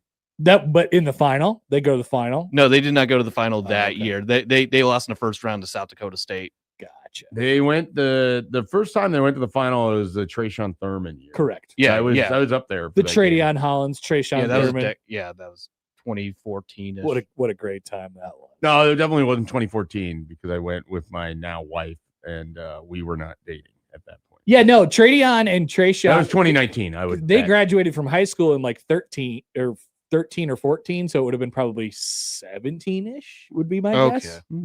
Maybe we went another time. So have they been in the finals 3 times? Hang on. Well, I mean, keep talking. But hang on. They must have been in the finals 3 times. I think three times. The second time they went is when I went in 2019. Yeah, and then obviously last year they played St. Thomas, and win or lose, they were still in the tournament. They were still going to be in the tournament because St. Thomas was not eligible. So they ended up winning the game anyway. Yeah, they dominated that game. And then they drew St. John's and played pretty well for about 18 minutes in the first half, and then it all went. Yeah, that was fun to watch them perform and watch Washburn perform the little dumpster tradition to breaking the trash can. Yeah. Oh yeah, that's right. I forgot they did There's that. a Cayenne Brown thing, I'm pretty sure, wasn't it? Yeah, it was. Yeah. So 16-17 loss of South Dakota State in a Summit League final. Then they lost to North Dakota State, I think, one of the years. Was that after that? Yes. Okay, first round exit the next year, 18-19. Lost to North Dakota State in 18-19. That was the one I attended. Gotcha. There you go. That would not have been. No, I don't remember. Now I'm trying to think of, was Mitch Ballack? As you Probably could on tell, that we're team, all UNO. Mitch Ballack. Not Mitch Ballack. Mitch Hahn. Mitch Hahn. Mitch Hahn. I got my Mitches confused. Famously hit the buzzer beater against South Dakota State. What that a game. time. That was the court storm That was a great to game. remember. I hit a home run off of Mitch Hahn in high school. Look at that. Yeah, he was a lanky, How many soft. home runs did you hit in high I school? like cool. I don't know, maybe a dozen or something You like had a that. dozen home runs in high school. Probably somewhere around there. Wow. I got Mitch Hahn once though. He was a lanky sophomore pitcher from Fremont, and I was like, I think I was a super senior maybe at the time or a senior, and I was like, all right, I'm taking this guy deep. And I You did. were you at Fremont Moeller Field? No, it was at Millard South. There was Oh, some man. tournament there. I love Moeller Field. Great mound. I don't One think of I my ever- favorite mounds to throw off. I don't think of. he ever played at Fremont. You missed out. I must have. Tremendous mound. All right, suck it, Canada. Good morning, Canada. You lost in the sport that you love to the filthy, dirty Americans. Oh, but if you do the Pythagorean goals, we would have won 6-2. Americans should just have to live with the fact that they got dominated in the hockey game, but still won the gold medal. Canada, I'll live with it. Yeah. I'll live with it. I don't care. So we are sitting on a pile of tweets from the Canadians yesterday who were not able to cope correctly with the fact that they lost to the Americans in hockey. A couple coming from this guy. I don't even know who these people are. JD Bunkus. Have we seen JD Bunkus? He is the host of Leafs Talk on Sportsnet and the JD Bunkus podcast. Many people follow JD Bunkus, and he was not There's more handling. JD Dunkus after the tweet here. JD Bunkus was not handling things well. He said, honestly, if you're an American celebrating that win, you're a casual who doesn't know puck. Totally fine. Grow the game. This is incredible. You don't know puck. That's amazing. Guess what, JD Bunkus? I don't care. I know I don't know puck. Of course I'm still celebrating. We won the gold medal, and you won the silver and the Beanie Babies. Embarrassing. These people are embarrassing. Wonder what they This- do with those Beanie Babies. He Sit 'em doubles on- down and he's like, every reply. There's 13,000 replies to this. More tweet, JD by the way. Bunkus tweets. Every reply is an admission of truth. He also said, biggest fluke in sports history. Congrats to the Americans. Never beat Sid when it counted and needed a 3-on-3 bounce. There is 7,000 responses to that tweet. Amazing stuff from JD. JD Bunkus absolutely gave us fantastic content. On yesterday. January 4th of 2023, JD Bunkus tweets, no greater American hockey tradition than losing to Canada, making excuses, and being poor sports about it. Oh boy, Wow, Wonder- JD Bunkus. that aged well. Wonder what's happening now to JD Bunkus. My favorite response to JD Bunkus was this one that really hits home. And it's basically, what would you know about winning? You're a Leafs fan, famously one of the original NHL teams, and they never, ever, ever win. pretty good response. That is correct. They're known for choking. They never win so much that I feel bad for them sometimes. Yeah, I And don't, even I don't have care. any issue against the Maple Leafs. Yeah. I Honestly, really don't have kinda- any issue with JD Bunkus. He just looks like a moron. Oh, does this put people in the who say that they feel bad? I'm one of these people. Maybe I have to grapple with my feelings here. I'm really happy that America won the gold in hockey yesterday. People forget over Canada, the sport, the country that cares about hockey the most. But I oftentimes say after the NHL finals, I'm sorry, Stanley Cup finals, after a team from Canada inevitably doesn't win again, I often say, man, I feel really bad for these Canadian teams. I wish they would get one day. Never felt I have that. to grapple with my feelings. Never now. thought that. We'll never think that. Really? Yeah, I mean, I don't like. Why would I feel bad for Canada that they're not winning the Stanley I Cup? don't feel Canada as a country, but like they just always get so close, and they never, one of the Canadian Well, they teams won it never before. gets They there. had Wayne Gretzky. Winnipeg won a bunch. Yeah, there was they're a long fine. time ago now. They're fine. They famously haven't won in several decades in the Stanley Cup. Here is a good Canadian tweet from True Adam at Berta the Tiger yesterday. The United States Mickey Mouse run to the gold medal. Point number 1, in the easiest division in the Olympics. Point number 2, face Slovakia in the semis, who lost to Finland 6-1.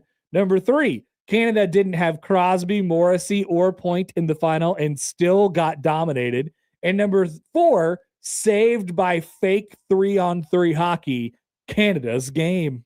That tweet got 4,500 responses, all from Americans, just with Eagles. I don't get it. Like, you had These people are sick. 47 shots on goal or whatever it was, including one where one of your best players in McKinnon has a wide open side of the net and he doesn't bury it. What a great photo that was. Maybe take your, sadness and anger and direct it towards the fact that they didn't make one more goal in regulation to avoid the fake hockey. Maybe that. Maybe score on a 5-on-3 for like a minute and a half. That was, I think I saw somewhere the That United was States, nuts. the United States penalty kill never got scored on at any point in the Olympics, which is incredible. Amazing. That's American hockey right there for you. You don't know puck. Here's another one. This actually comes from Nathan McKinnon himself. Canadian Nathan McKinnon on the Canadian national team. Quote, "You be the judge of who is the better team today."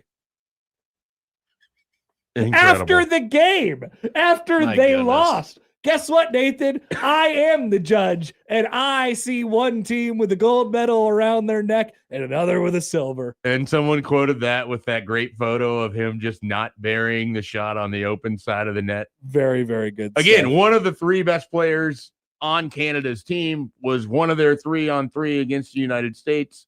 Wears as much blame as anybody for how you didn't win a goal. Then, speaking of tweets with lots of responses, the Toronto Maple Leafs, tweeted yesterday, congratulations to their captain, Austin Matthews. They put a graphic out and everything, and it says, "Our captain, Hart. Congrats, Austin. Team USA gold, Olympic Winter Games, Milano Cortina 2026. This is the Toronto Maple Leafs, which is Canada's team. And this had to have hurt. This had to have hurt whichever Canadian admin sent this out yesterday. What's the Canadian word for intern? Great question. That's who had to do it. That's what they always say. In fact, these are full-time roles, and Yeah, social media coordinator. but people call them interns still. But that got over 1,000 responses just of Man, don't you wonder how many impressions On3 got yesterday during all of this? Yeah, did they even take proper advantage of the fact that the USA won gold and people were active on social media? Who I do knows? wonder. Wow. Yeah. Let's go check. Did they do these any? count as Do they have college an football hockey impressions, expert? though? Do they what? Do they count as college football impressions? Well, no, they just count as regular old impressions. That's not what they want. Maybe you could back count them toward college football impressions. No, looks like Yeah, On they On don't- 3 took the weekend off.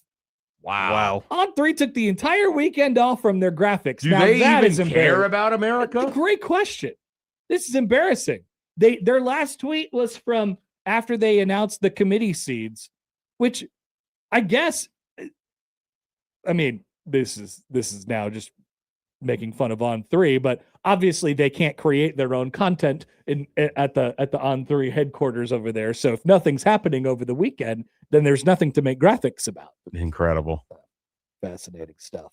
Okay, I have one more thing to say. Did we get to all the copium tweets from the Canadians that we had on here? The second JD Bunkus tweet, I got to that one. Okay, fantastic stuff. By the way, a couple texts here. John writes in, is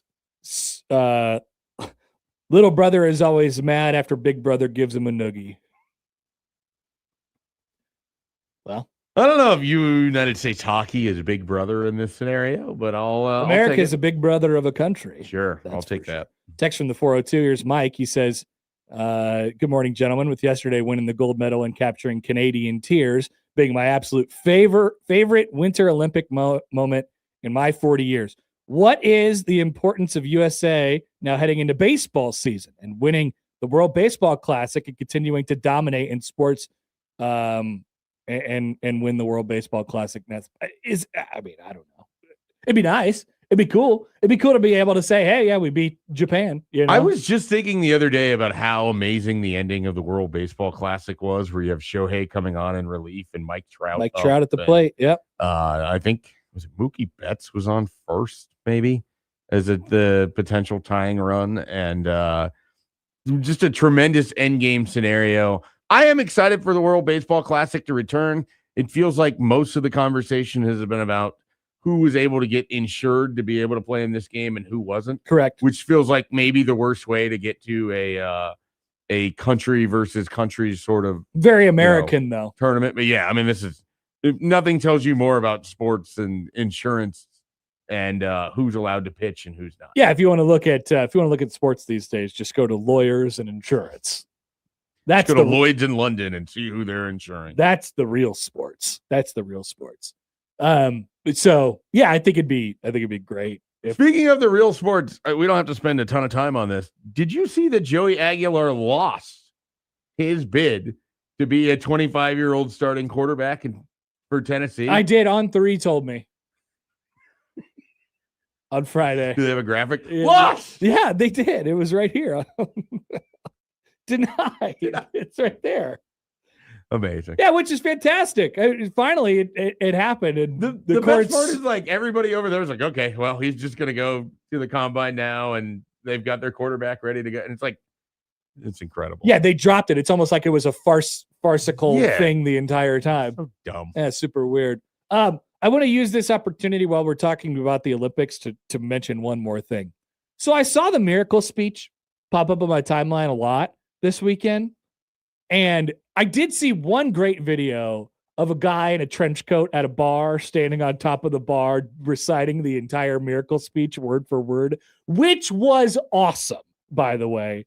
Fantastic. I can visualize that in my brain. I mean, think about it. It's 8 o'clock. I'm visualizing the bar more than I am the guy. Like 8 o'clock in the morning, guy is standing on top of a bar, just doing it word for word. People are like, they don't know whether to laugh or be excited. It's hilarious. He's holding a Guinness or something like that, which is incredible. So I saw the miracle speech a lot, and I watched over it a few times. The miracle speech isn't that good. The miracle speech would not have got me that fired up until he said, now let's go kick their ass or whatever at the end of it. The miracle speech is boring. There's no theme. There's no theme. It's just like, it's not their day, it's our day. That was basically the whole point of the speech. Yeah. Do you think you kind of had to be there for it to matter? I mean, probably when you put it around but I'm not talking about it from like the actual, what did the speech mean in the moment? Well, I'm talking about it in famous movie speeches. Movie speeches. It is not that good. I'm gonna pull up the words for you, and you're gonna realize, oh wow, this is just him saying it's a really good day to be a USA. That's all he says. Do you think it's somewhat unfair, though, because you're going to compare this to like speeches given that were written to be actual speeches in a sports movie versus this is a real speech. A real thing? Yeah. So it's kind of having to work against people that are crafting it to be entertaining versus this is a speech designed for him to, spur of the moment, telling his team to go play. That's true. I mean, I guess It is never going to be Al Pacino Game of Inches, which to me is the greatest speech given by a coach in any movie ever. Can you be perfect? You don't like Friday Night Lights, the movie. I love the book. Of course. The movie's fine. It's fine. It's whatever. It's really good. This speech wasn't as good. It's not as good as most of Coach Taylor's speeches from Friday Night, the TV show. Great moments are born from great opportunity. Great opening line. Excellent opening line. Now, how much further do we go? And that's what you have here tonight. boys. That's what you've earned here tonight. One game. If we played them 10 times, they might win 9. That's another good line. These are good lines. And they just, they're just kind of randomly put in there. But not this game, not tonight. Tonight we skate with them. Tonight we stay with them. And we shut them down because we can. Inspirational. Tonight, we are the greatest hockey team in the world. You were born to be hockey players, every one of you, and you are meant to be here tonight. This is your time. Their time is done. It's over. I'm sick and tired of hearing about what a great hockey team the Soviets have. Screw them. This is your time. Now go out there and take it. Are you motivated? This is still really good. It's fine. It's fine. I don't know that I can get with you on this one. Also, the context of the United States and the USSR can't be dismissed from this either. Yeah, but that's a situation that is already ingrained into it. Sure. You have to. What I'm saying is, you have to take better advantage of the situation that you are given. I don't know. I think that one's still pretty good for what it is, for being an actual speech given. I'm okay with it. I can't get on board with you here. Katie writes in on Twitter, I truly don't believe you've ever had a worse take than this. Look, I just got done watching the U.S. win a gold medal. Katie Bunkus hockey take? I just got done watching the U.S. win a gold medal for the first time in 46 years. There's all these comparisons. I was so excited. I was feeling very patriotic. I could have seen all of the eagles and the fireworks in the sky and all the AI crap that got thrown out there on Saturday or on Sunday. It was fantastic. And then I saw the miracle speech, and I'm like, nah. Yeah, I can't get there with you. I don't really see it. I think this is a Happer Island here. I don't really see it. All right, that's fine. I'm on an island. I wanted to see how I didn't obviously expect that many people would agree with me. Fair. But all right, we'll take a break. Back after this on 1620 The Zone.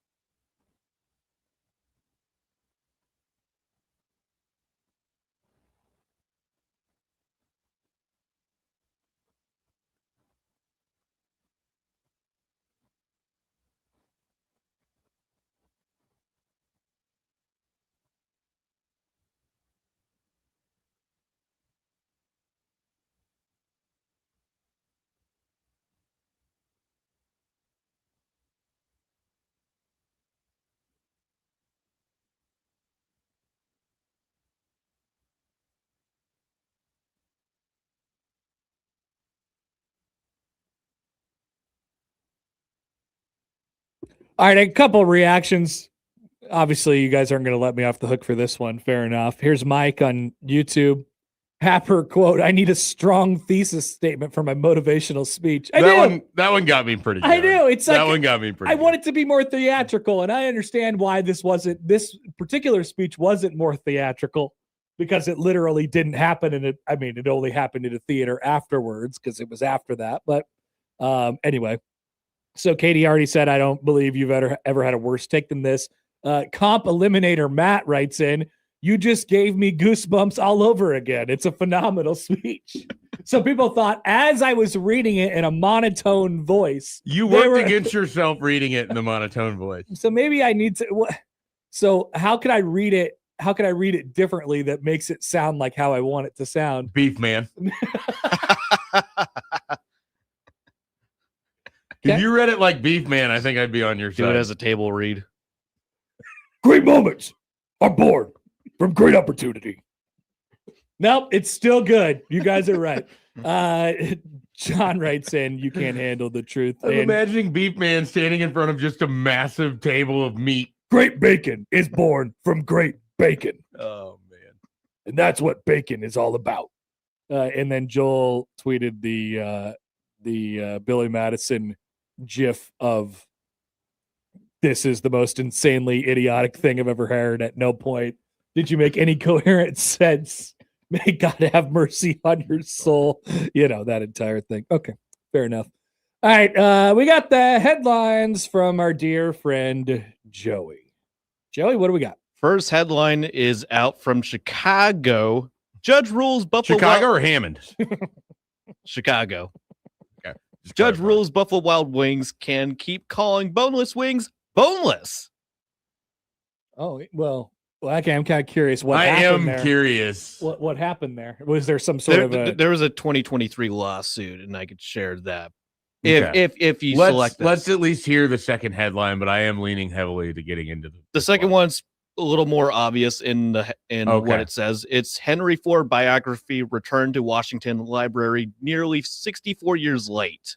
We've done the overdue book. We're going to the boneless lawsuit. Perfect. We hear about overdue books from time to time, and we always wonder what the late fees are, and it turns out they never make them pay them, and that's basically always how those stories Pretty go. much. All right, let's go boneless wings. Alrighty, a judge has ruled Buffalo Wild Wings is allowed to continue calling their boneless wings boneless, even though they are essentially chicken nuggets. The ruling comes after a Chicago man identified as Amin Hallam filed a lawsuit in March of 2023 claiming B-Dub's boneless wings are not actually wings. The complaint sought to challenge what it called the false and deceptive marketing and advertising of Buffalo Wild Wings boneless wings, and went on to say specifically the name and description of the products, boneless wings, leads reasonable consumers to believe the products are actually chicken wings. According to Hallam, the chain's description of their boneless wings leads customers to believe their boneless wings are deboned chicken wings made up completely of chicken wing meat, but the product is actually slices of chicken breasts, deep fried like chicken wings, and compositionally more like chicken nuggets. In January of 2023, Hallam bought boneless wings from a Buffalo Wild Wings in Mount Prospect, Illinois, and thought just that the boneless wings he purchased were exclusively made from chicken wing meat. When he realized the boneless wings weren't deboned chicken wings, he said he would not have bought them or would have paid significantly less for the product. Okay, so as a result, Hallam said he suffered financial injury due to the restaurant's, Sure. in quotes, false and Of course he deceptive did. conduct. So this is another, I mean, we could throw the lawsuit right out the window because this is just another case where a person sees a window of opportunity to catch someone on their wording for something. So the lawsuit doesn't matter in this case, but the real discussion is this. Do you care what they call boneless wings at the restaurant? No. I don't. Why I would don't. you ever? I Don't call them boneless wings. Call them chicken nuggets. That's I've what one guy never says. Understood why this gets people I know. fired up. I know. I don't understand why people get upset that other people eat these. I don't understand why people care if they're called boneless wings or chicken nuggets or saucy nugs or whatever. I remember else. the saucy nuggets guy. Yeah, I mean, I met that guy. You met that guy? Yeah, he came He's a into, Lincoln guy. Yeah, he came into the Studio. station one day. Yeah. Yeah. And then he went on to have some very interesting takes after that, if I remember correctly. It's the milkshake duck corollary, if you're familiar with that. I'm not, but I'll explain it to you off air. Yeah. Anyways, so basically, I don't know why this is ever a topic for people. Like, I don't care. They can call it what they want. They're called buffalo wings, and sometimes you're not even getting buffalo sauce. And they're certainly not made from buffalo. That's why, true. Like, why is this upsetting? Why is anything? Why is pizza called pizza? So What is it? So when the There are lawsuit, people that are actually would get after that too. Now, there are some people who might try to put me in the category of like, hey, well, Happer, you really like New York style pizza and you're pretty stingy about, what, like not putting non-pizza ingredients on your pizza. Yeah, but I would never say like, don't call it pizza. I would not refer to some pizzas as pizza, but you could call it whatever the hell you want. Yeah, next we're going to find out there's a lawsuit out of Chicago about deep dish not being pizza. It should be lasagna. That's right. So when the lawsuit was first filed in 2023, B-Dubs provided a tweet in response to a request and comment from WGN, which is where the article is from. But they said, it's true, our boneless wings are all white meat chicken. Our hamburgers contain no ham. Our buffalo wings are 0% buffalo. That's pretty funny. Good That's job. good. Good Well job, done. Buffalo Wild Wings. Yeah, I just I don't get the obsession about like if it's true. If you really think about the things that McDonald's makes your food out of and the process that it has to go through in order for it to become food, you will probably not like that process. I just don't understand people who care. Yeah, I mean, Like, if you don't want to eat it, great. It's not healthy for you. That's absolutely true. But I am accepting and admitting that when I go to McDonald's. you know that going into it. Correct. So it's just You sign a bizarre. societal contract by going to McDonald's. I understand, signature on the line. I understand that this food sucks and is horrible for me. Did you watch Super Size Me? I think so. I did. It's been I a did long in time now. middle I school. watched it, and it was in like a school psychology class or something like that. And it gets done, and I immediately it worked as an advertisement for me to go to McDonald's. It did not change my opinion or viewpoint on eating. You just fast thought, food. wow, I'm hungry. Basically, I think that's kind of how I thought too, to be honest. it was just like, oh, this place that I already know that I shouldn't have as much as I do, and I'm eating food that I already know is not, it's processed. It's not the healthiest thing for me. Kind of think I'm going to go get some chicken. Sounds nuggets after awesome this. to me. Yeah. Sign me back up. So going back to the lawsuit, so the Illinois judge John Tharp Jr. ruled on Tuesday that Hallam's argument did not have enough meat on the bone. So he said boneless wings are not a niche product for which a consumer would need to do extensive research to figure out the truth. Instead, boneless wings is a common term that has existed for over 2 decades, Tharp wrote.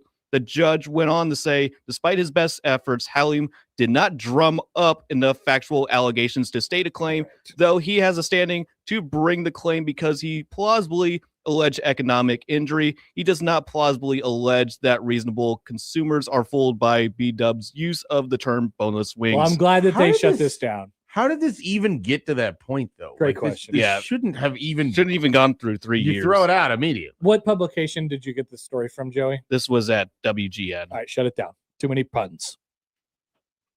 Well, Sorry, WGN, you're canceled. WGN, but also just a statement from the judge. No, Or I'm his- just too many puns in the article. Is that what the judge? Is that what the judge said it, right? Is it a quote from the judge or is it from the article? Yeah, it's from the judge. It's All right. The it's in- judge himself. The judge is out. The judge. Vote him out. Yep, he's done. Sorry, Mr. Judge. It's like a recall election. Yep. Too many puns. You are out.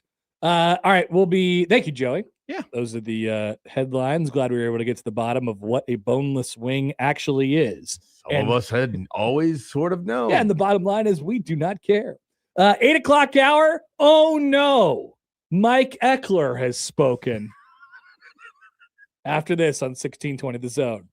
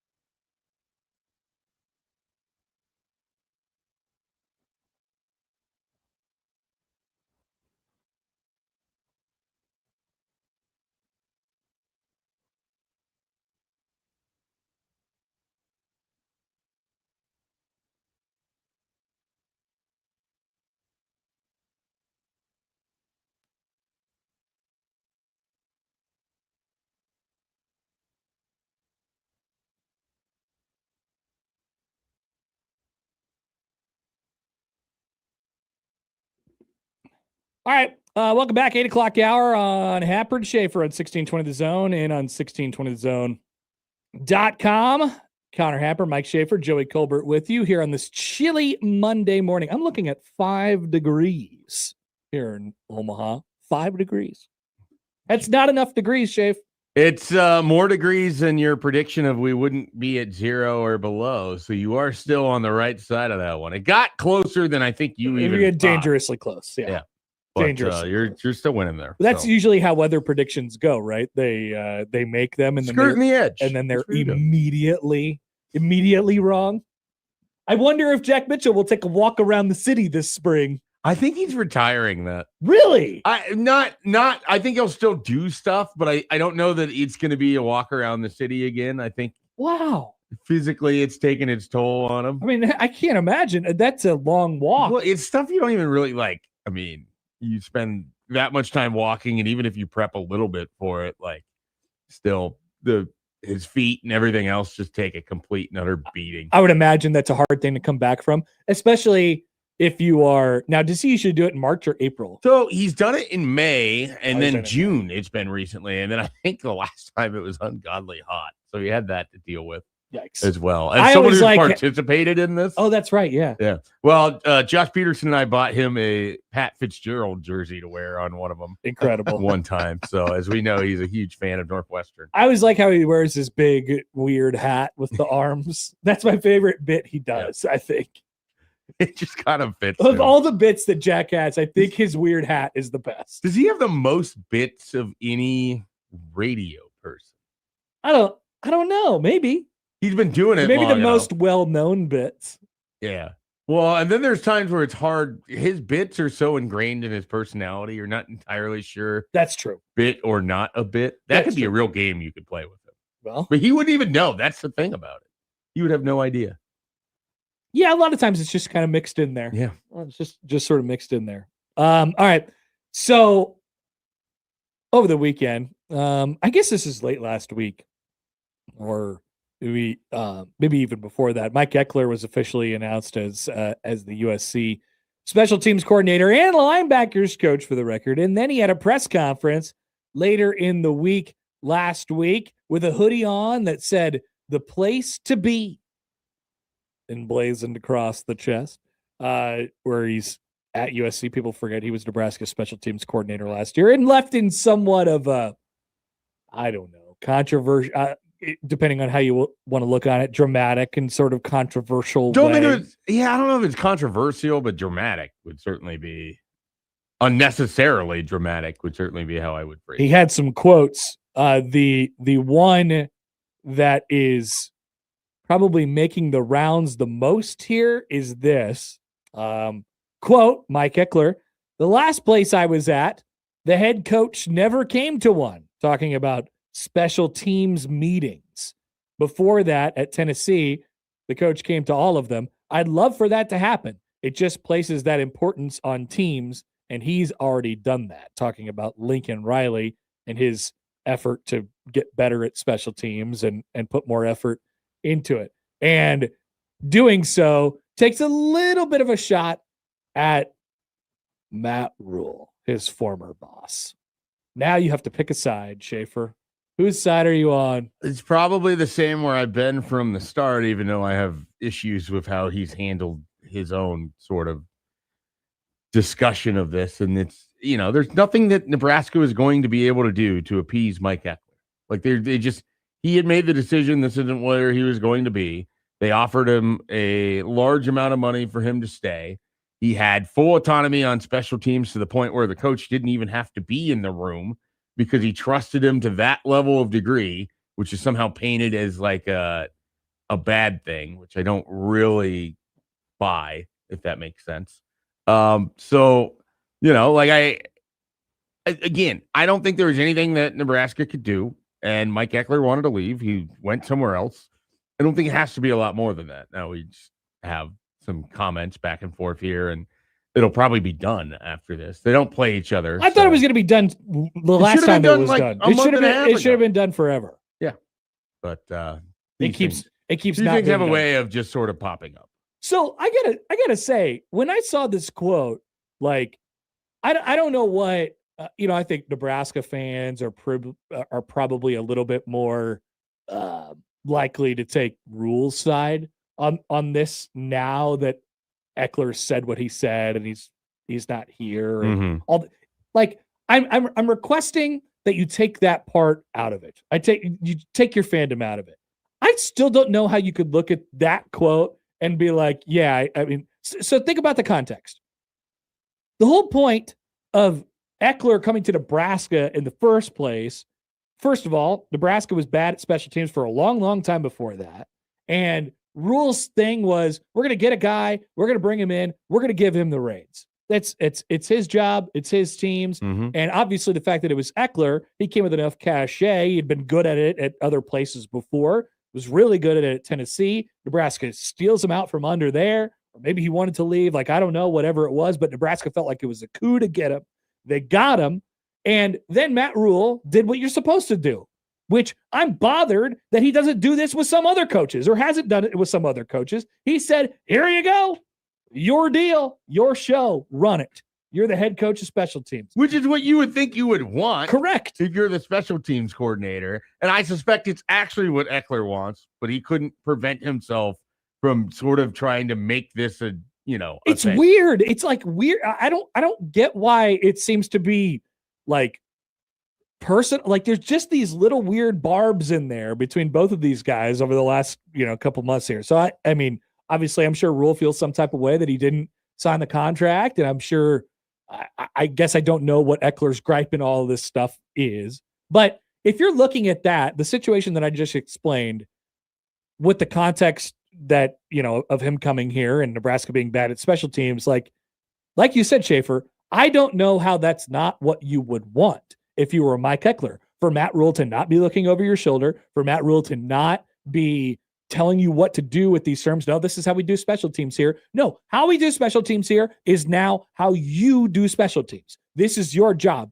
And because of that, why would I waste my time just sitting in your meetings? Right. Why would I waste my time being in your meetings if I were going to lord over the entire thing? We know Rule, like he can't, if he's in those meetings, he's probably not going to be able to have some sort of comment one way or the other. So it's best for him to just stay away. That was the best situation for Nebraska. That was the best situation for Matt Rule. And that was the best situation for Mike Eckler. And now Eckler wants to turn around and be like, well, the last place I was at, the coach didn't come to the meetings. It's BS. Like, I mean, it's true, but I don't understand why I don't understand why it's used as a as a point against Rule. It shouldn't be. So I'm on Team Rule. It's like Team Edward versus Team Jacob. This is Twilight part whatever. I don't know how many Twilight movies there have been at this point, but I am Team Rule. Yeah. Make me a t-shirt and a poster. I was already sort of there based on what I had kind of heard and sort of knew where things were going before we had even gotten there. And the only issue I've had with how Rule chose to talk about it, leading up to this kind of like it could have just been handled differently, which I think is what led to Eckler's comments as to what they were. I don't think it makes him look any better. Just like I don't think it made Rule look better with the way that he was kind of petty in what he discussed. These weren't the only things that Eckler sort of said where it's like, I mean, why? Yeah, we can go back to the other quotes too, but that was the one. Yeah, that's the big one. I mean, but he also goes on there to say that, he felt like he was on cruise control at one point, which is sort of a fascinating thing to say when you're first year. It's his first year in a program. Yeah. And that I suppose that kind of bodes well for Nebraska 2026, but yeah, I mean, guess it's sort of odd. It feels like something you just say to try to explain why you made a decision that nobody really understands. Facts. I mean, that's sort of where it's at for me. I mean, he also talked about how great it was. It was the first time he hadn't coached on defense. I enjoyed that and enjoyed the experience. And they had been down for several years on special teams. And quite frankly, I wanted that challenge. And we flipped it. And we turned it around. We identified and we taught them and brought in some people. And it was on very solid foundation from a special team standpoint. It was kind of on cruise control. And then he goes on to say that, he's ambitious and he wants to change. And it's like, whatever. I mean, there's something that isn't being said. And I have guesses as to what they are, but we're never going to be able to verify it. And it doesn't really ultimately matter. But Nebraska's special teams, for as good as they were last year, and they were good, it's not like they were transcendent. It's not like they were unequivocally the best in the country. It's not like there wasn't still room to get better. Okay, that's where I'll stop you, because no, they weren't that good, but that is not an argument against, like, that should not be made as a point against Eckler. It's not a point against Eckler. It's a point against the idea that there wasn't more room to go. Okay, there's definitely more room to go, and I think this isn't like the thing that people isn't to say that he did a bad job. It's not. He did an amazing job. Well, I just think we heard Rule try and soften the blow with that a couple of weeks ago. That's not what I was trying to do. I was trying to say, like, if you're saying that you're ambitious and you want to challenge, you hadn't hit your head on the ceiling at Nebraska yet, is what I'm trying to say. Great. Yeah, that's where I was trying to get. And I agree with that for sure. But they got so much better. Like, the thing that I could have phrased that better. The thing that he did here should not be minimized at all. And I don't, like you said, I don't think you were trying to do that. So I think it was Evan Bland's write-up in the World Herald. He included this quote in here from last year where Eckler was talking about Rule. Remember his first press conference? He said, "I've only been here a few weeks, but this man may be the best leader I've ever been around. I sit there in his meetings and I'm taking notes left and right. He's incredible. The University of Nebraska, the people of Nebraska, I hope they understand how blessed you are to have such a tremendous, tremendous coach and a great leader." I think that gives you a little bit of an insight as to Mike Eckler's personality. I think he is, partly evidenced by this and partly evidenced by the fact that, like, he probably could have advanced further in his career now if he wanted to. I just think he is a really good assistant coach and a guy who will buy in completely to your program if you have him on the staff, which is an asset to every program. Also burns hot and, also enjoys a new challenge and all those different things. So maybe this is a situation, looking back on it now that we have all the information, that just wasn't going to last more than a year or two. That just he wasn't. I know people thought when he came here last year, because he's from here and he's got family and ties here, he'll be here and run special teams for the rest of his career. Like, that's it. Yeah, maybe not. Obviously not now, but it feels like that situation wasn't going to last for a lot longer than a year. And as we sort of have kind of joked, like, I would not rule out the idea that Eckler returns at some point if there's another staff or whatever else. I mean, he clearly has a love for, his home state of Nebraska and this program, but at this time in his life, it's not where he wanted to be.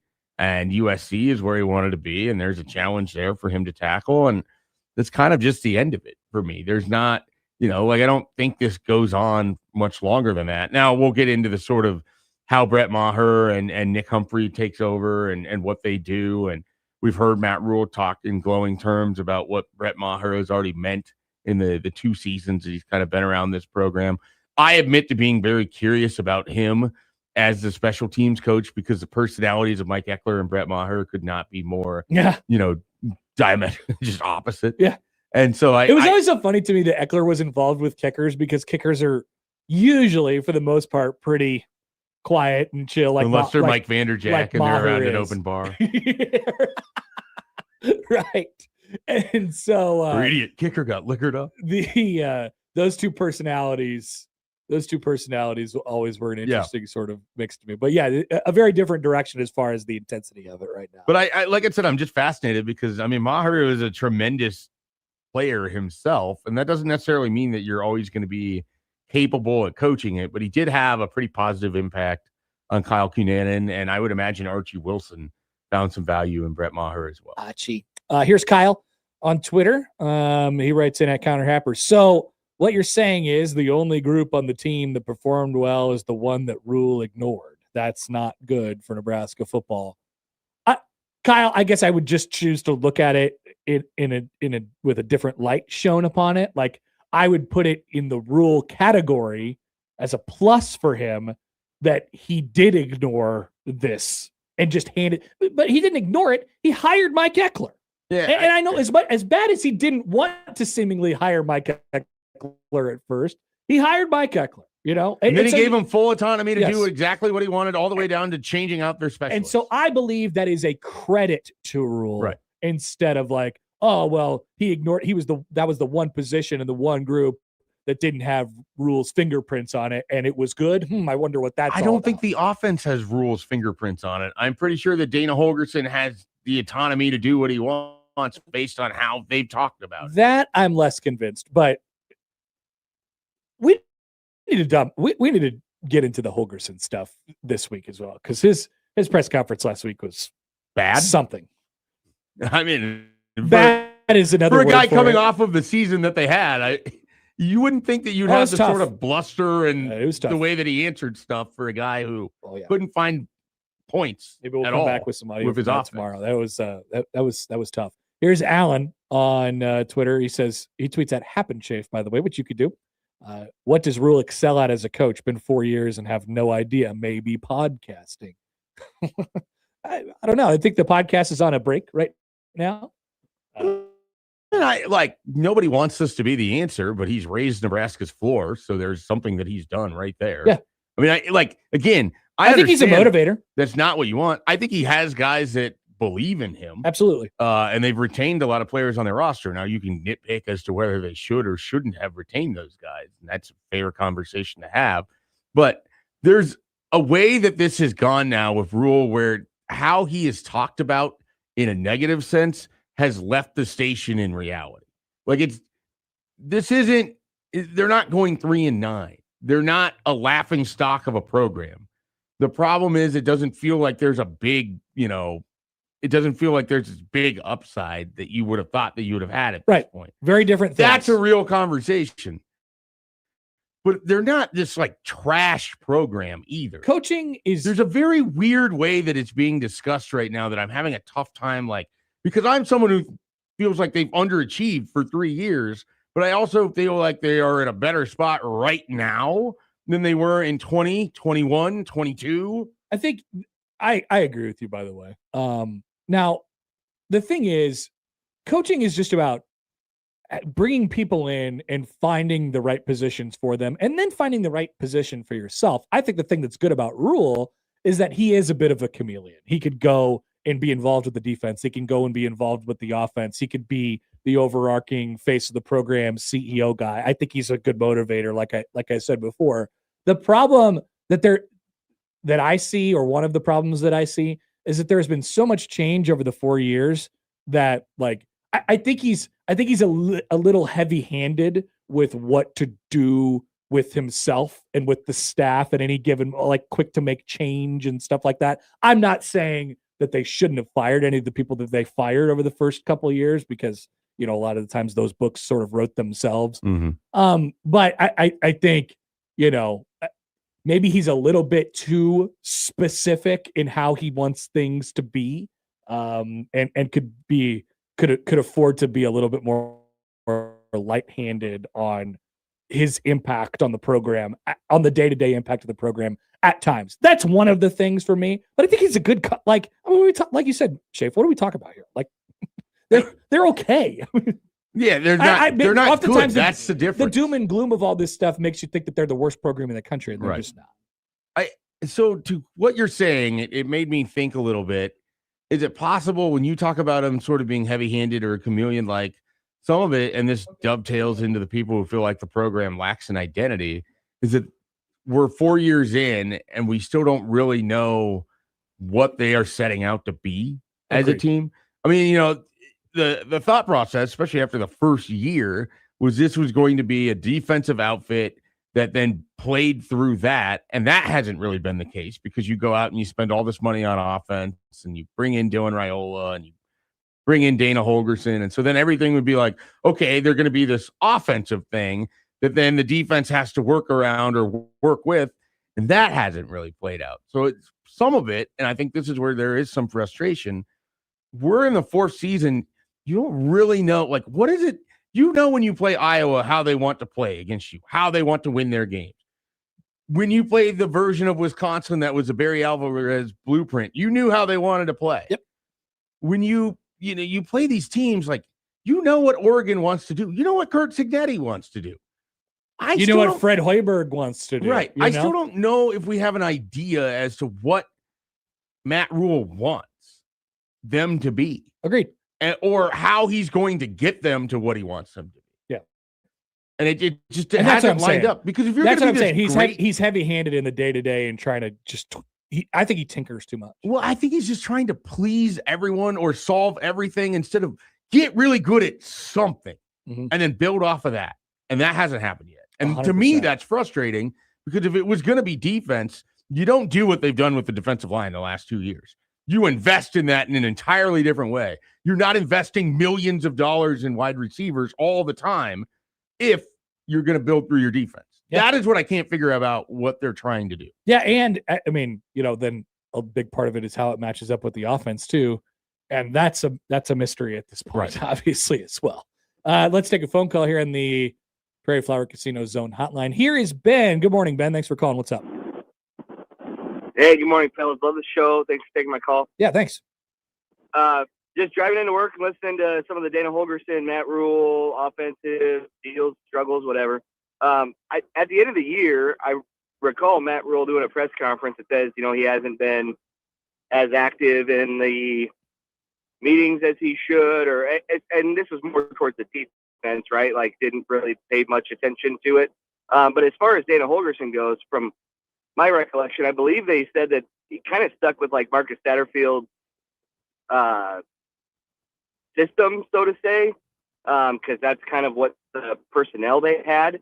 And I just, when you bring in somebody like that, you brought in Mike Eckler to run his own special team system.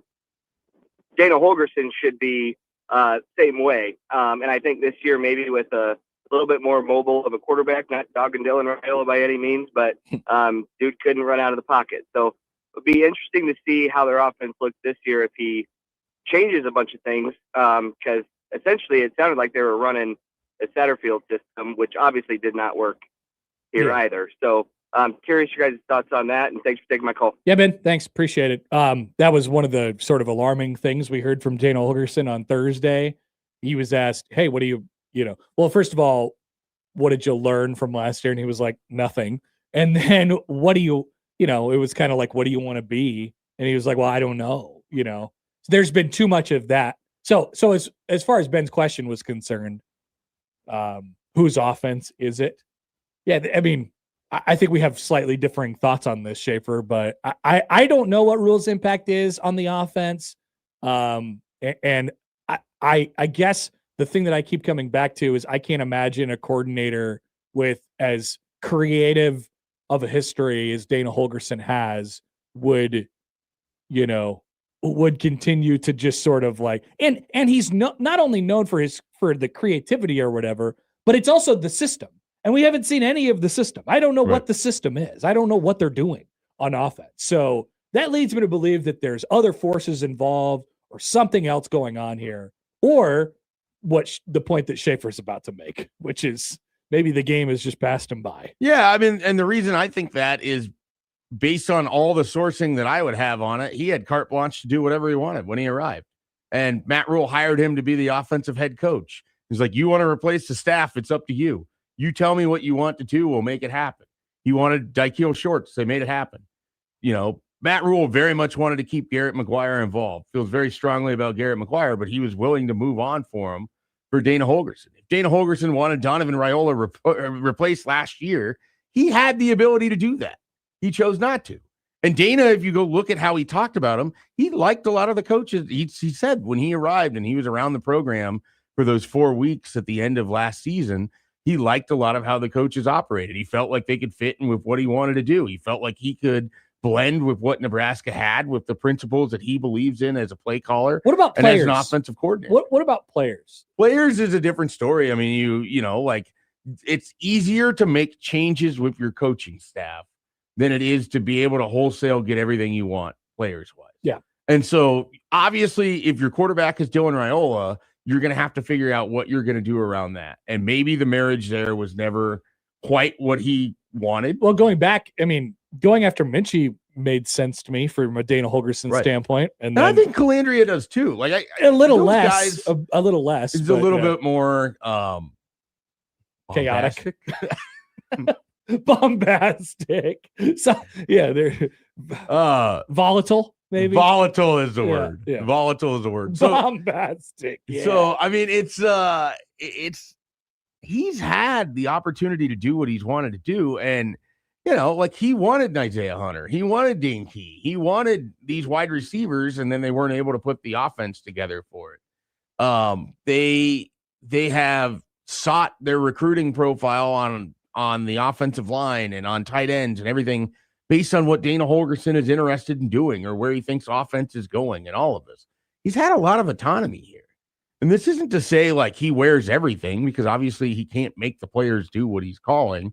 And as we have learned, and we knew this too, I mean, Dylan could freely check out of whatever he wanted to, and it was detrimental, certainly to his own injury and everything else. But there's a part of this where Holgerson has to determine what he wants Nebraska to be. And we knew he wanted Emmett Johnson. He turned him into an All-American running back. Yeah. And so if you're someone who, and this is, I think I don't want to put words in Sam McEwen's mouth, but based on what he's kind of talked about, clearly he's fine with Mekhi Nelson and Isaiah Mosey to the point where they didn't feel like they had to go out and get something. Now, does that mean we heard that? We definitely heard that on Thursday. Does that mean that Dana is going to be able to turn those guys into All-Americans? Maybe not, but it could mean that they're better than I'm willing to think that they are, and that Nebraska can figure out something to do with it. But at the same time, I'm looking at an offensive unit that really struggled last year, and it felt like the only way that they've improved in this offseason, like the only net positive, is that they went out and they got 3 linemen from the transfer portal, which I like Brendan Black and Paul Mabenga. It seems like he was the one that they're the most excited that they landed.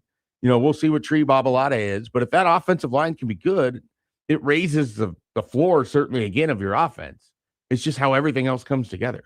And then the lack of creativity from play calling, I don't know if that changes necessarily. But now with Calandria, that's what's so weird, because it's been so different from all the other places he's ever been. Right. And I don't understand it. Maybe with Calandria, it gets a lot more interesting and they have some other stuff going on, but there's no way any football fan could have watched that bowl game against Utah. It was and so been stupid. like, oh, Nebraska's on the cutting edge of offensive play design and development. Yeah, if you would have told me, really at any point over the 2025 season, if you would have said Dana Holgerson is actually the coordinator of this offense, I would have said, no, he is not. That doesn't make any sense from what I've seen in his career. Still over here, like, you mean the guy that was at West Virginia, that guy, and Oklahoma State, and Houston? even at Houston? That guy? I don't see that guy. All right, so plenty to discuss. We got a bunch of texts that I do want to get to. We'll do that at the end of the 8 o'clock hour, but we got to step out of the way. Tim Verghese joins us next on 1620 The Zone.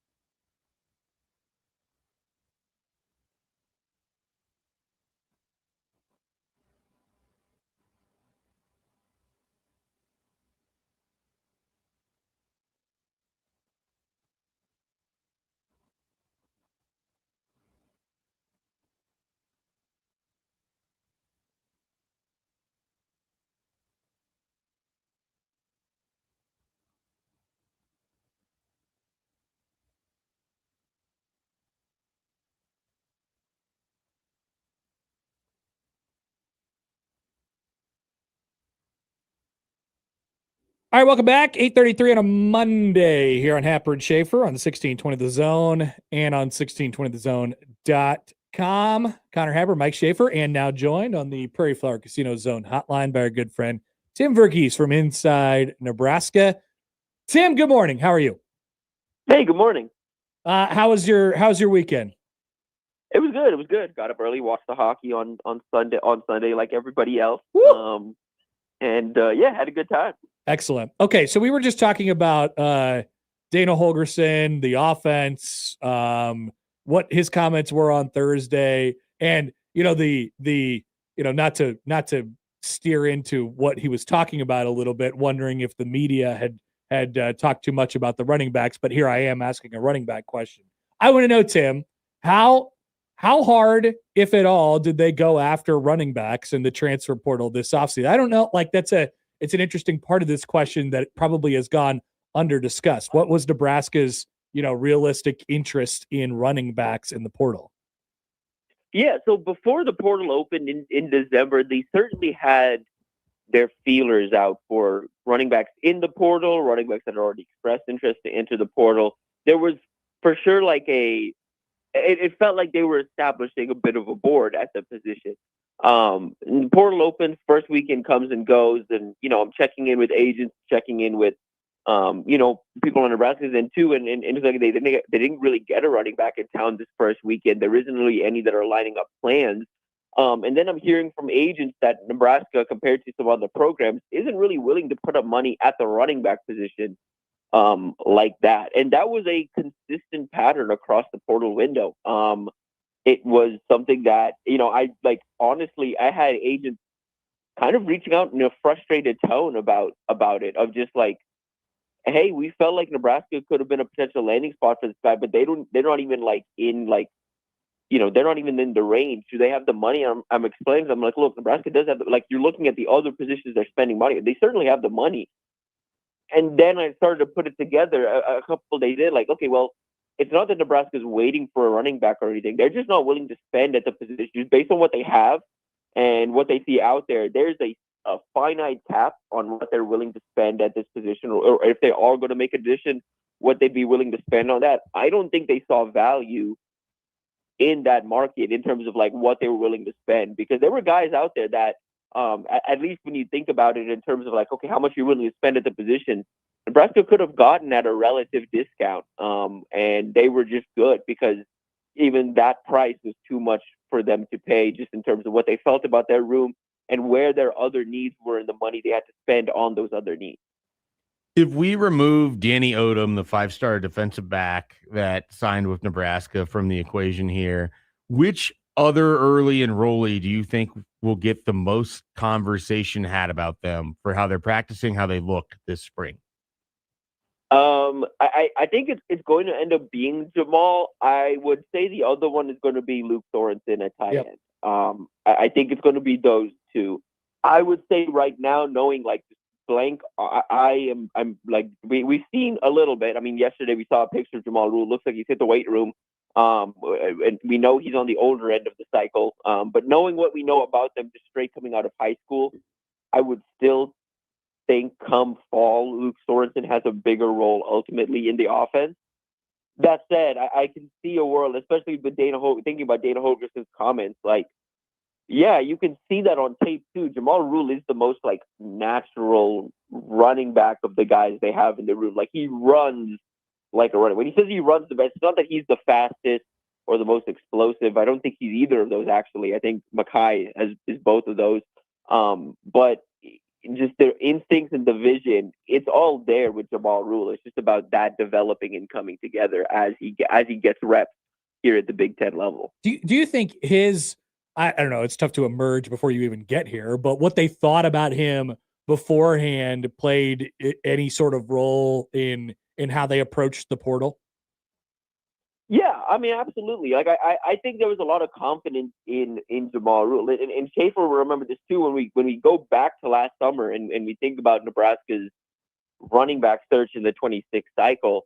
They had some guys that are more nationally recognized, were 4-star, type prospects. Brian Bonner on the West Coast, Zephan Walker here in the region out in Kansas City, and a few more. Like they were in it for a few running backs. And it felt like as soon as they got in it for Jamal Rule, who again a 3-star at the time, was transferring school, like there was just a couple of things there. They got involved in that recruitment, and he quickly ascended to the very top of their board. By the time they took Jamal Rule, it was like, okay, yeah, we're taking him regardless of what these other guys decide because we think so highly of him. Like, this is our guy. We stand pretty firmly as a top of board target. So they always thought higher of Jamal Rule than I think the country did, and like national evaluators did.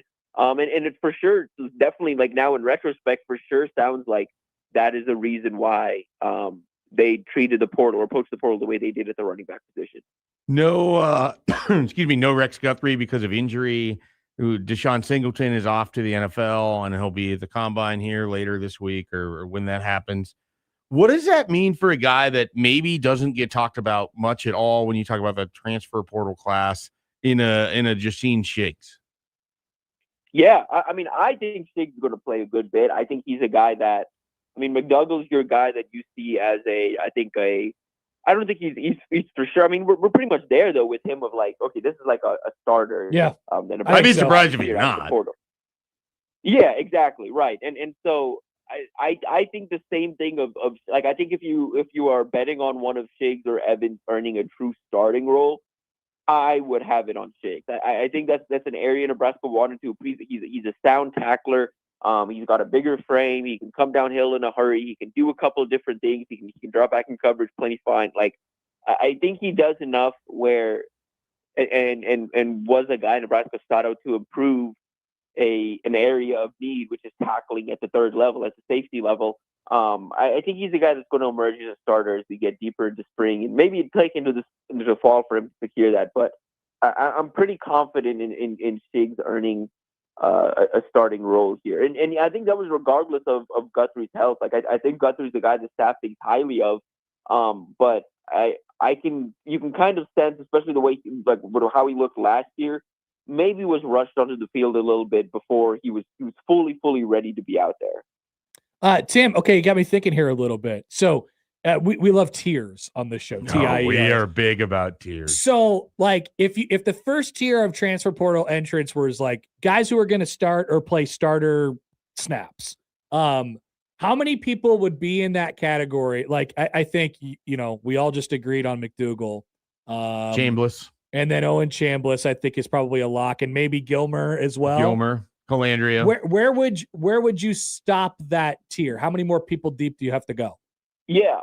So I would say, in terms of surefire starters, I would say Calandria, Gilmer, along the offensive line. I think all of those guys. I mean, Mabenga's probably the one where it's like, okay, well, I don't know if he's a guarantee, but I think the rest of those guys for sure, Babalade, Black, and Babalade and Black for sure are starters. On the defensive line, I would put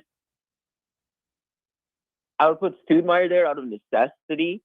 I think that would depend on health. Whittington's going to be in there just because I think he's going to be one of the more athletic, explosive defensive linemen Nebraska has this year. Chambliss at the second level. Yep. Foster, in my opinion, at the second level. Yeah, that's another one. And then McDougall. And I would put Shiggs in there. And then that would be, I guess, I mean, Jack Smalls is going to be your starting long snapper, but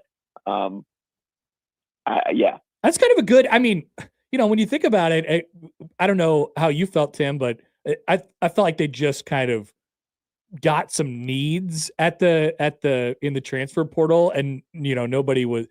But if you would have told me that they get 6 or 7 starters out of their group, I would have been kind of impressed by that number. Like that would have been a good haul for me, even though it's not as star-studded as maybe people thought it was going to be. Right. Yeah. Like I don't think the top.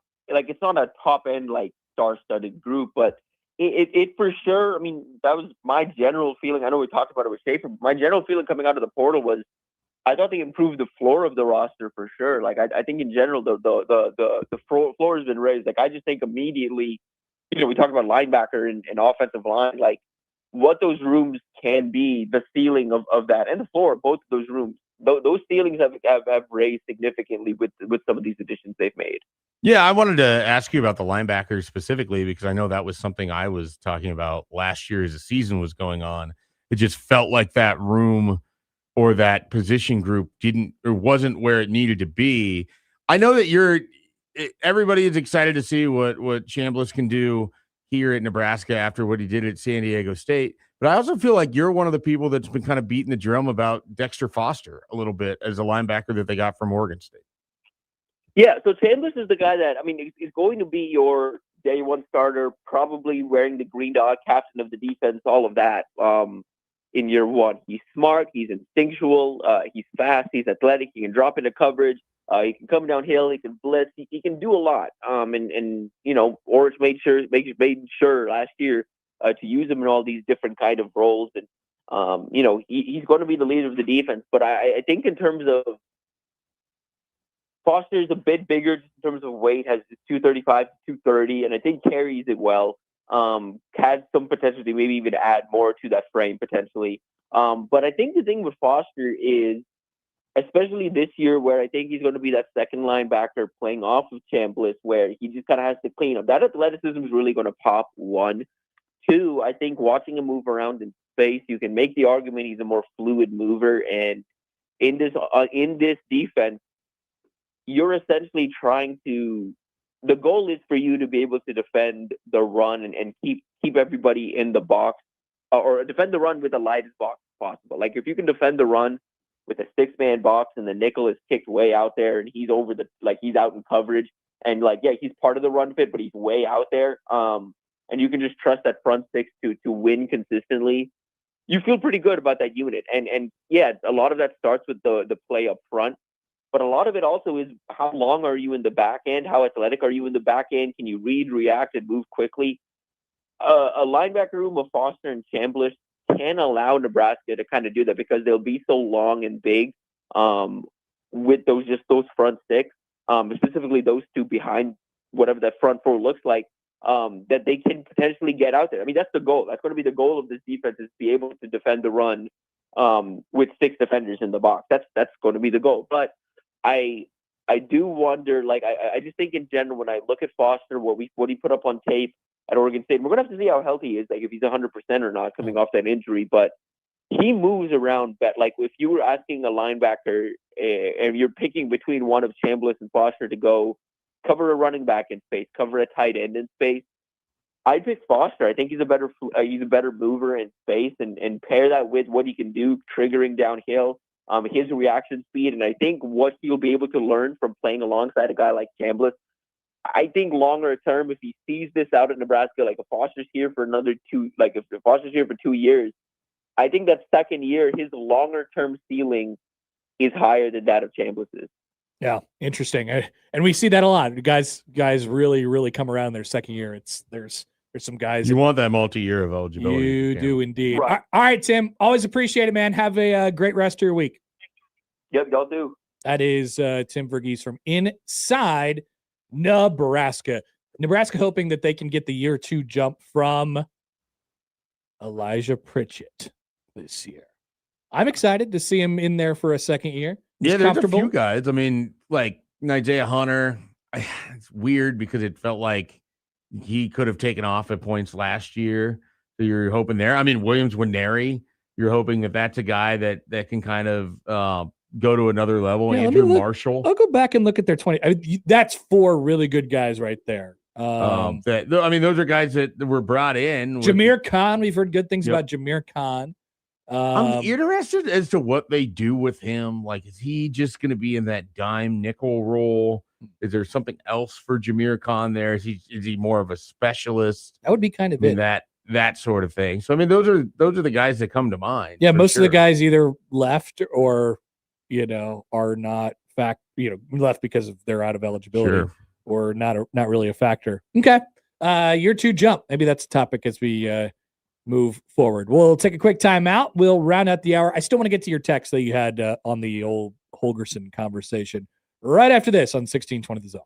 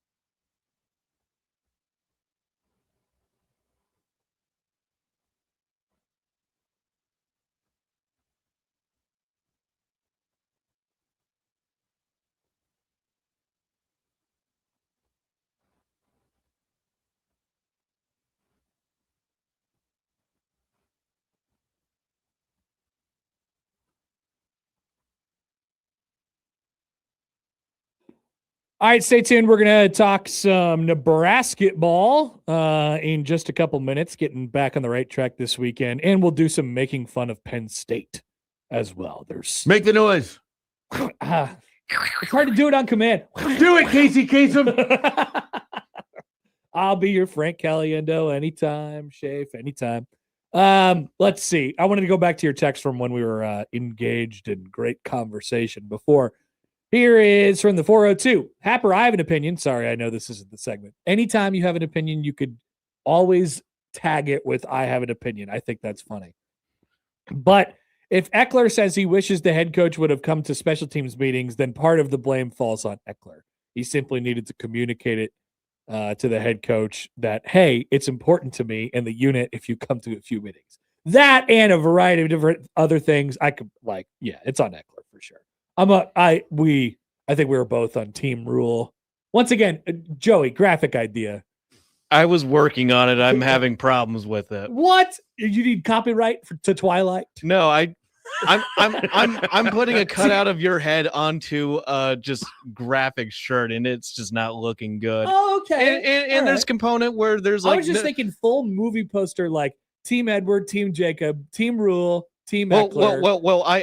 I do have a graphic for that without you. Excellent. I just got it done. It was going to be for something later on, but I could post it. I want to see it. I want to see it. When you get it done, just flash it up on the YouTube screen. Yeah, the amount of work that Joey accomplishes He's is just cooking. Like quietly over there, just building graphics all the time. He is hanging on what we're saying and then building, and then he's making show opens. He's coming up with ideas. I know. I shouldn't say show opens. Guest opens. Guest opens. He's doing a tremendous job. 100%. I just need some talented people who can sing. Well, because we're can't, looking for singers. I can sing. No, you never asked me. I know you, and there's a couple other people at the workplace, I guess, including the talented Matt McMaster. Oh, that's right. He does star in an emo band. We should see if we can get that band to make a song specifically for Matt about Hammond, Indiana. I would have to know who they were first. Alysa's the only person who could help me with it. She saw him in person. I know. That was a very that's why I made text that I saw, or tweet that I saw. Text from the 402. The one thing against Rule in this debate is that there are questions about how much Rule cares about special teams. By not showing up to any of the meetings, it gives less hope that this blueprint that was left behind can be followed 100%. Yeah, I think there's. Is he more likely to show up for that. meetings when it's Brett Maher and Nick Humphrey, or when it's full autonomy? Mike Eckler's brought here to make this the thing. Let me just say this: should any of us care how much any coach goes to any meetings, with the exception of like the team-wide, everyone needs to be there meetings / practice?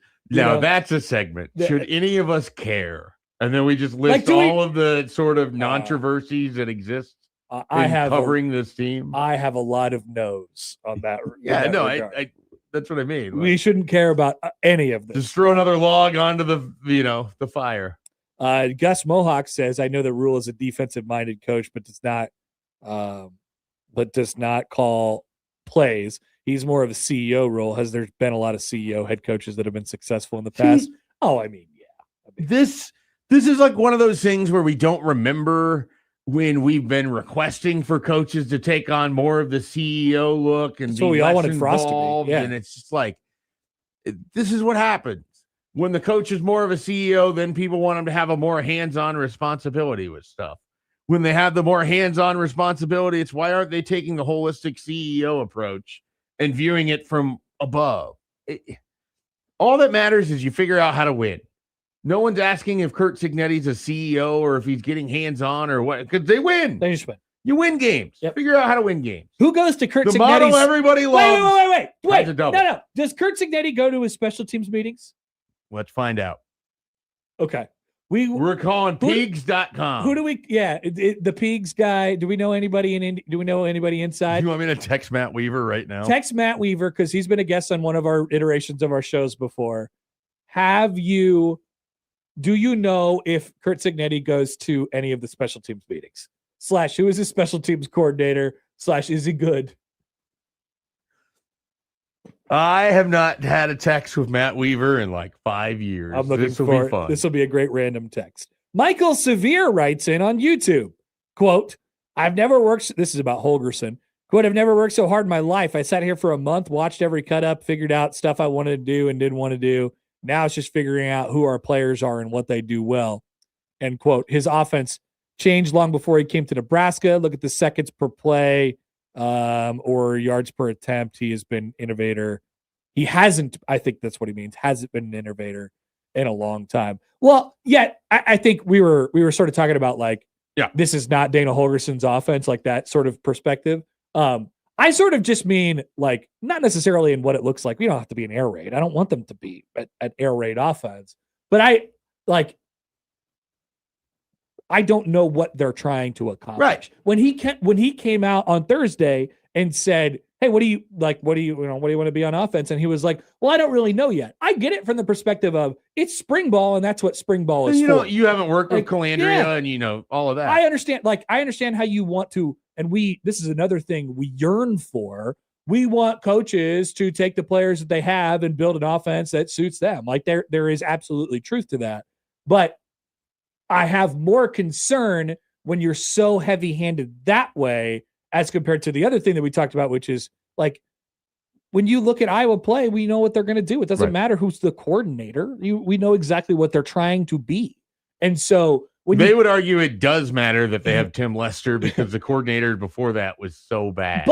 But when you put the offense in with the rest of the system, it makes sense no matter who's coordinating it. Like what they're trying to get to. Exactly. How they're trying to win their football games. Exactly. And that's where I'm at with Nebraska. I just don't know what the answer to that question is. And I also don't know. I mean, Calandria is a very confusing factor in all this because he's been such a confusing player in his time, right?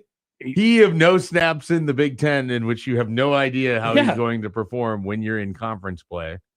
Because his time in the ACC wasn't particularly strong. But then he was outstanding as a veteran player in the Mountain West. But in theory, what they did with Calandria is the exact opposite of what they had with Raiola, which is either way, whether it's good or bad, you're going to be explosive. Okay. Well, we'll see how he can build an offense around that. Maybe Dana Holgerson sees something in there and is like, all right, I can work with that, and we'll see what that ends up being as we go on throughout spring and into the fall. All right. We will take a break, a little Nebraska ball and more from you. 402-951-1620. Back after this on 1620 The Zone.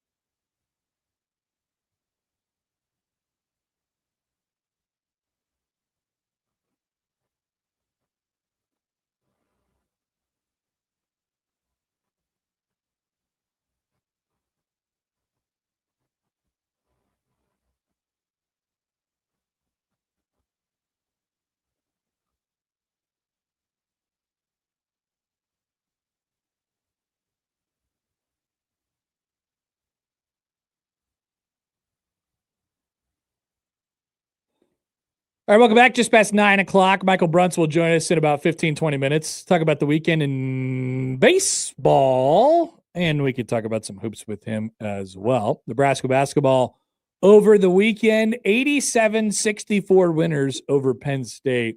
I didn't even complete the viewing experience of this game because I don't know what point I officially I didn't, and I never turned it off. I started taking a nap on my couch. I dozed off, but I Well, both figured games were going on at the same time. So do you have like the multi-view for it, or no. Creighton played at 11. Creighton played at 11? For some reason, Yeah. I thought so. They wouldn't have really crossed. I over just into went. 1 o'clock, I went Creighton straight into Nebraska. Okay. I went to my couch downstairs, and it was probably midway or so through the first half.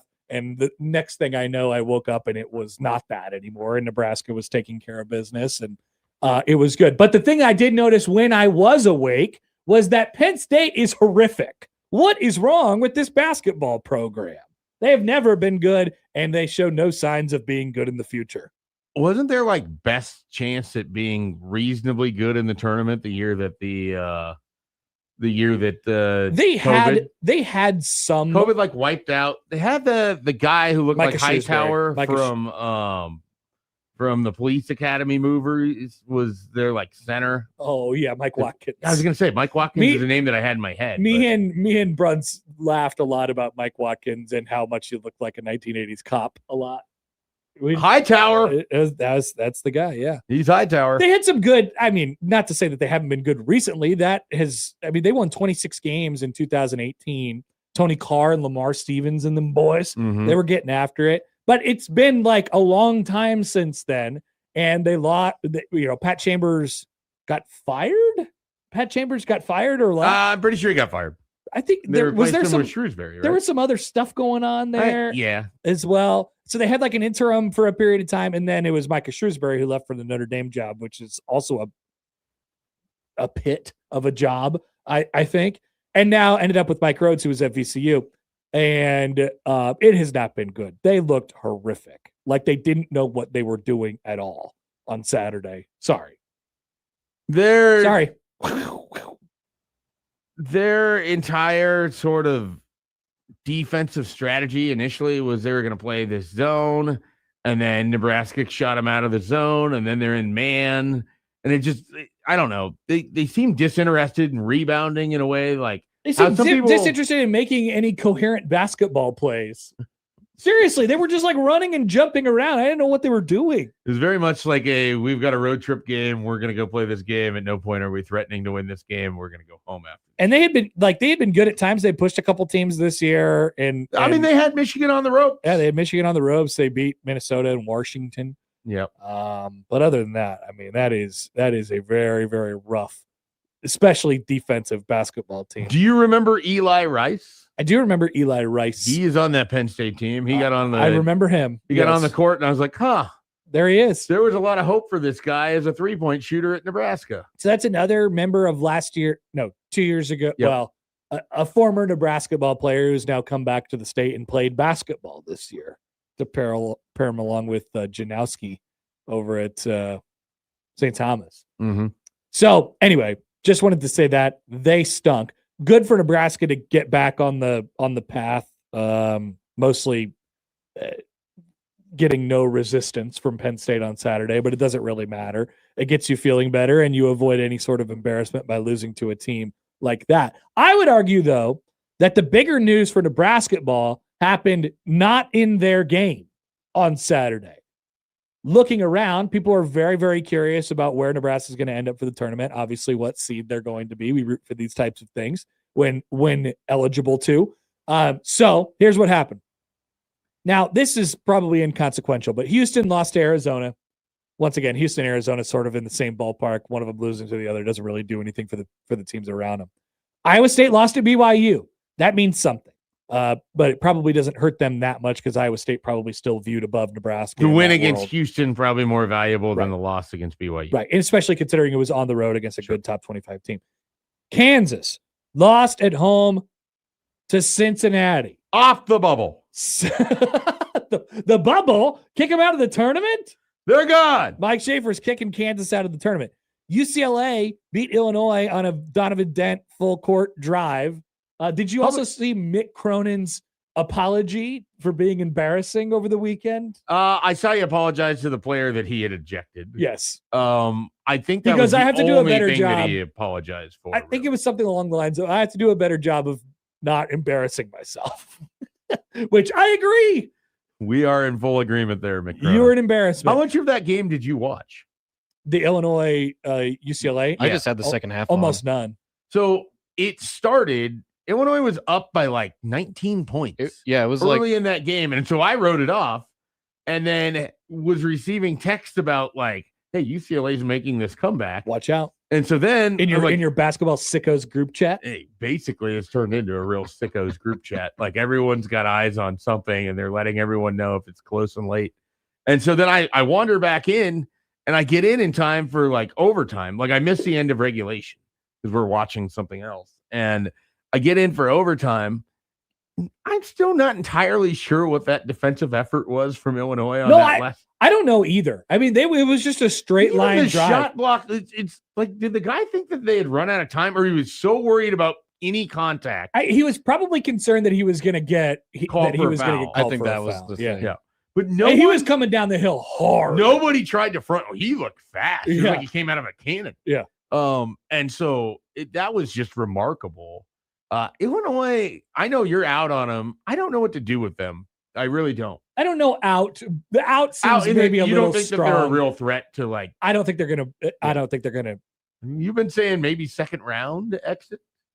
That would feel. I mean, hey, look, the tournament's all about matchups. That team's not winning the national championship. I'll tell you that. They have and I'm very doubtful they'll go. They have to the the Final Four. ability and the players, but they don't have the consistency to play. If they're look, I think the game they played against Nebraska represents about as high of a level as they can kind of get to, other than maybe the one they played against Purdue, which was so much just Wagler took over. Wagler time. But Wagler got hurt. They don't look like, they don't look like that version as often as they, have the ability to get to it. I agree. And so I don't like it, what it comes down for me with Illinois and Brad Underwood coach teams is I don't trust them.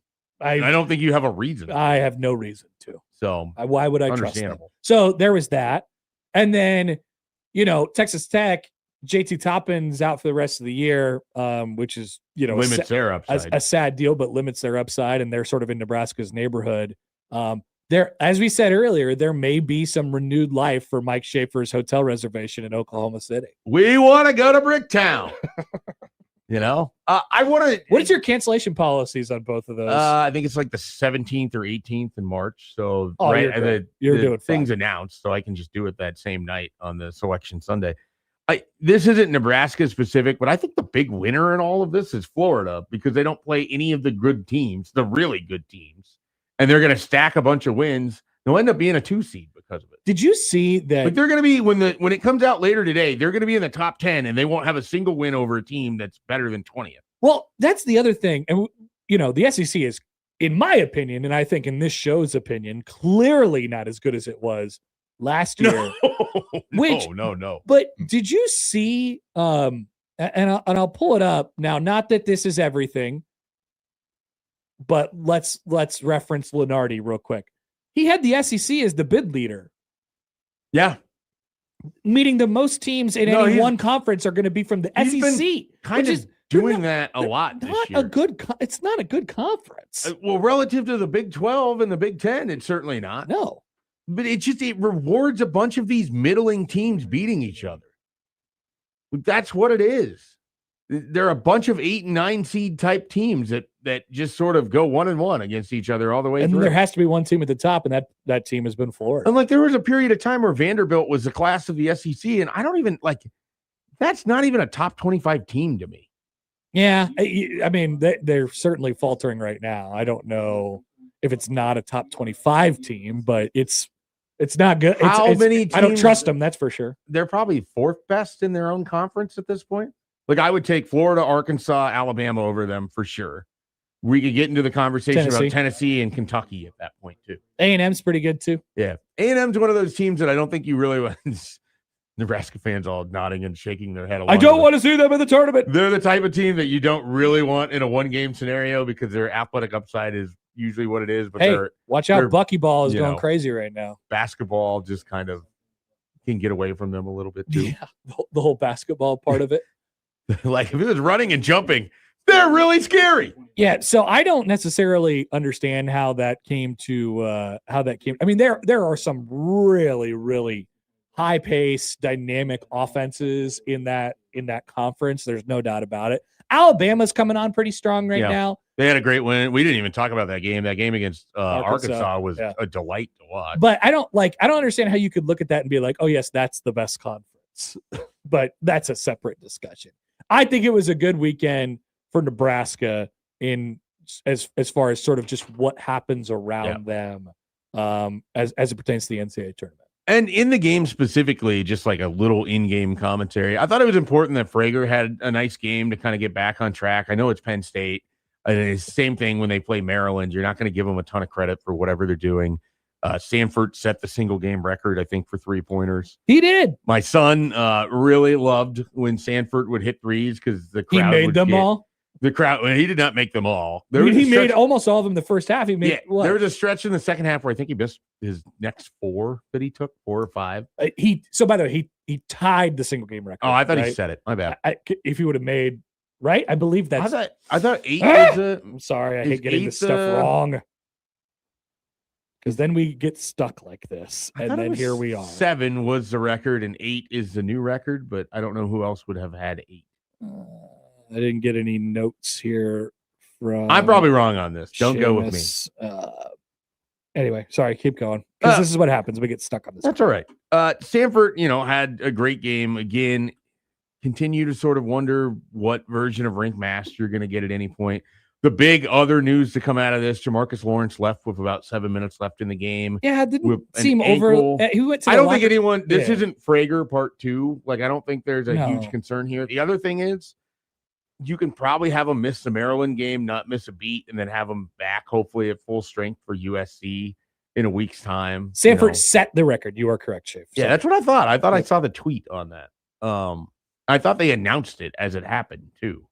And so it was like, oh, no. Wrong again. Okay. Sanford, who set NU's single season 3-point record on Tuesday, the total threes, tied Kerry Cohorn's single game mark, which had stood since 2002. So tied.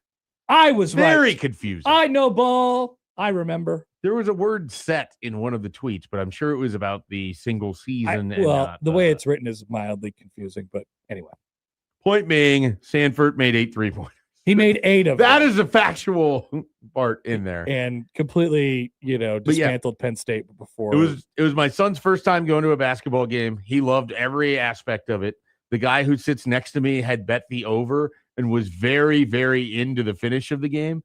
And so my son would constantly be looking over as Brandon, who sits next to us, would be up and loud and cheering. And when Kendall Blue hit a meaningless 3-pointer to 90% of the viewing audience, and Not Brandon lost his mind, Hudson really was getting into the clap.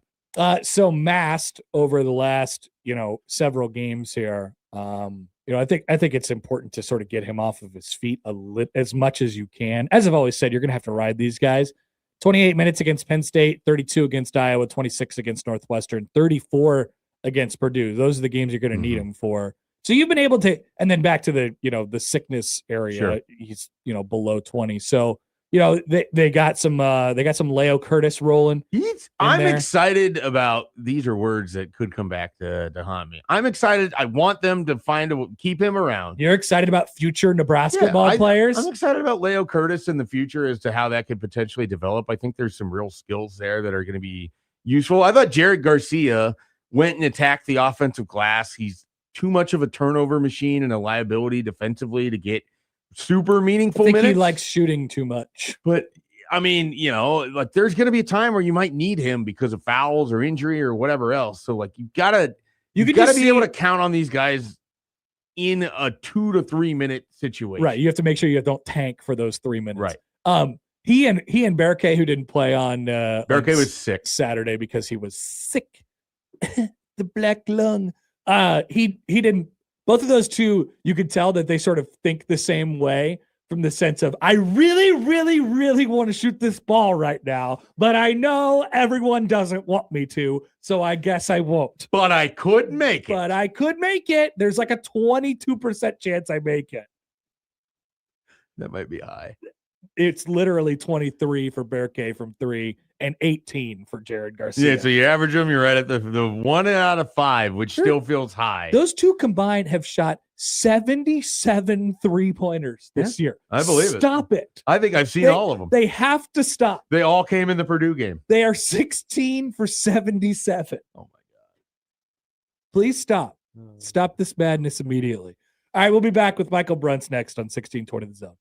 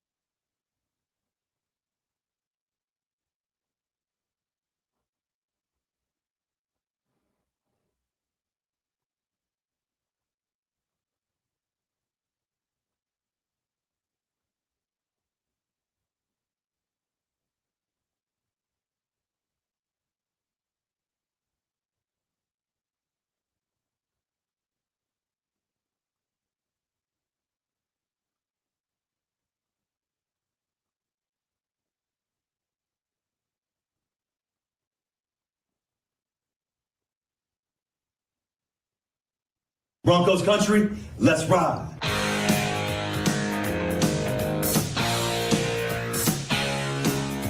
The Bronx is back in town. The Bronx is back in town. I said the Bronx is back in town. The Bronx is back in town. The Bronx is back in town. Bronx is back in town. Bronx is back in town. Bronx is back in town. Michael Bruntz, Husker 24/7 on Happer and Schaefer, 1620 The Zone. And coming soon to a ballpark near you, the Bruntz is back in town by Thin Joey. Joined down the Prairie Flower Casino Zone hotline by Michael Bruntz from Husker 24/7. Hey, Bruntz, what's up? Nothing. I'm just sitting here in a car with my wife, and she heard the Open for the first time. Oh, good. And I don't know. She got out of the car. She was like, I don't know what to make of that. She just left. Hopefully she comes back at some point. I can't. Like I'm out. It's like 10 degrees, and she would rather be outside the car than have to be around the. He's like, I I'm gonna apologize, take up Bruns. smoking. I have to get out of this car right She's now. just not in on Thin Lizzy, I guess. She's fine with Thin Lizzy, I think, but yeah. All right. So Nebraska baseball, let's start you there, Bruds. Okay. Pretty competitive over the weekend, although it ends up in a 1-2 weekend, a nice dominant win over a good team that should, I think, hold up RPI wise with Florida State, but a pair of tough losses. I mean, overall, when you sum it all up through 6 games, 3-3, feels like it's been, pretty on par, maybe a little above what people's expectations were coming into the season. Yeah, I mean, I think you have to, you look at the way this weekend played out, and I mean, they pretty much dominated Florida State from the opening hitter, which was a good sign after 2 losses where, Nebraska for the most part was in control of both of those games. I mean, I think the one that's probably going to stick in their craw a little bit is the one on Friday against Louisville, where, for most of that game they were in control and just weren't able to get it over the finish line. And another RPI opportunity missed there, which is unfortunate because this is the time of year when if you can get those, it makes life a lot easier for you when you get to like April and May. But the pitching for the starting pitching has been good. I mean, I think the Sunday job has been kind of interesting because Cooper Katsky was ill last week and wasn't able to make a start, and Gavin Blackowitz has looked like a pretty legitimate guy on Sundays.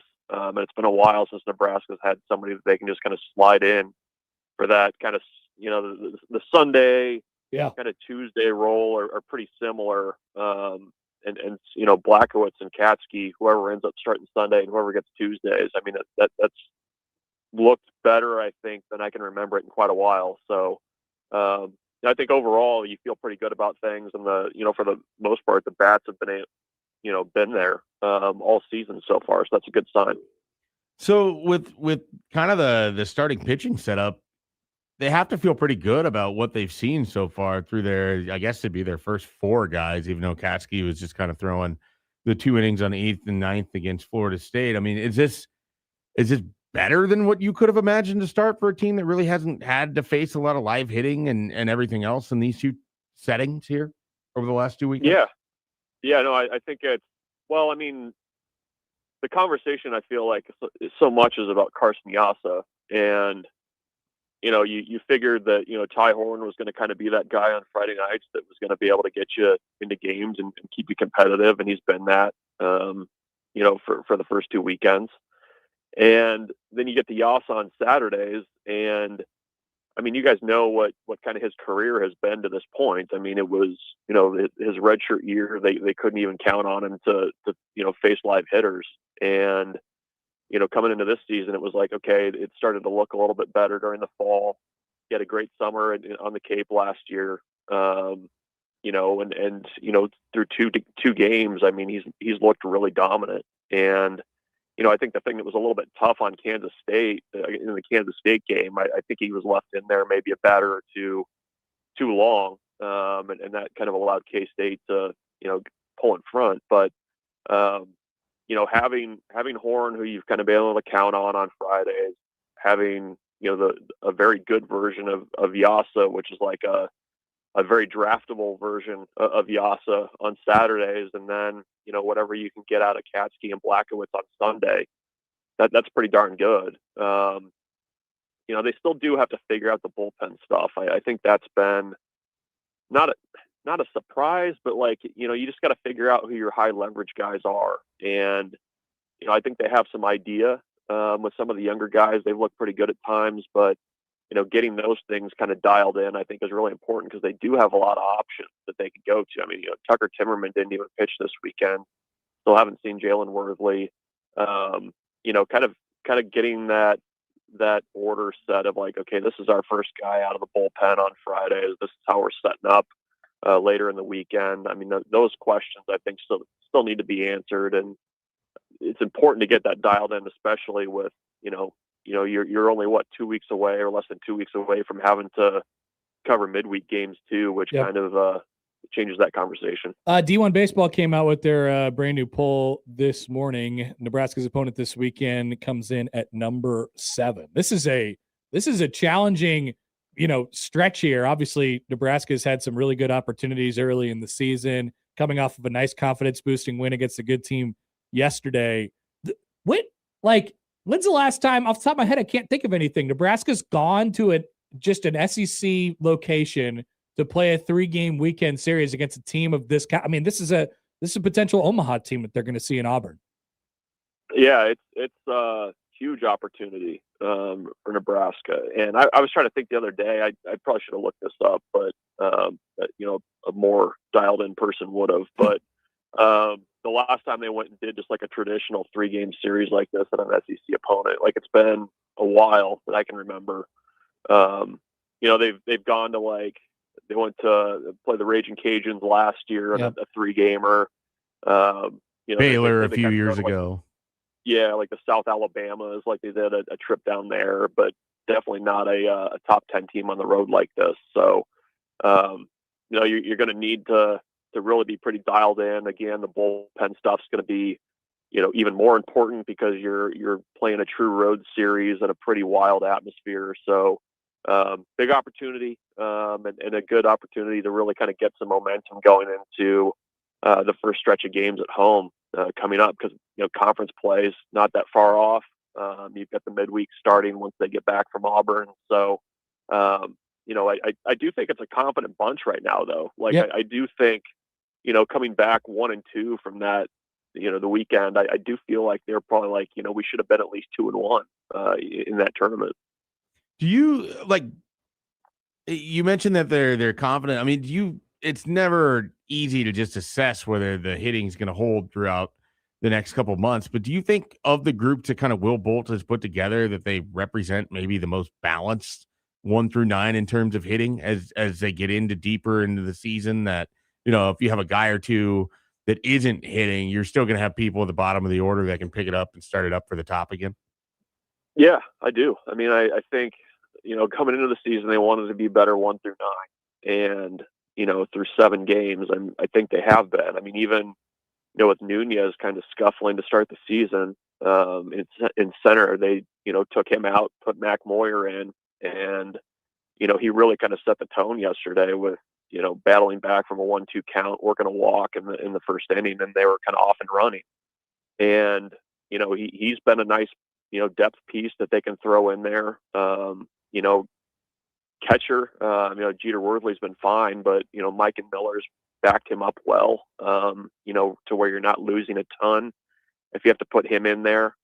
And, I think that at least the way that they kind of pictured this lineup being, it has been that so far. It's just a matter of them kind of staying aggressive against good pitching. And I think there was a little bit of a lull the first couple games down in Texas, but they certainly picked it up against some pretty good arms yesterday, which I think was a good sign. But,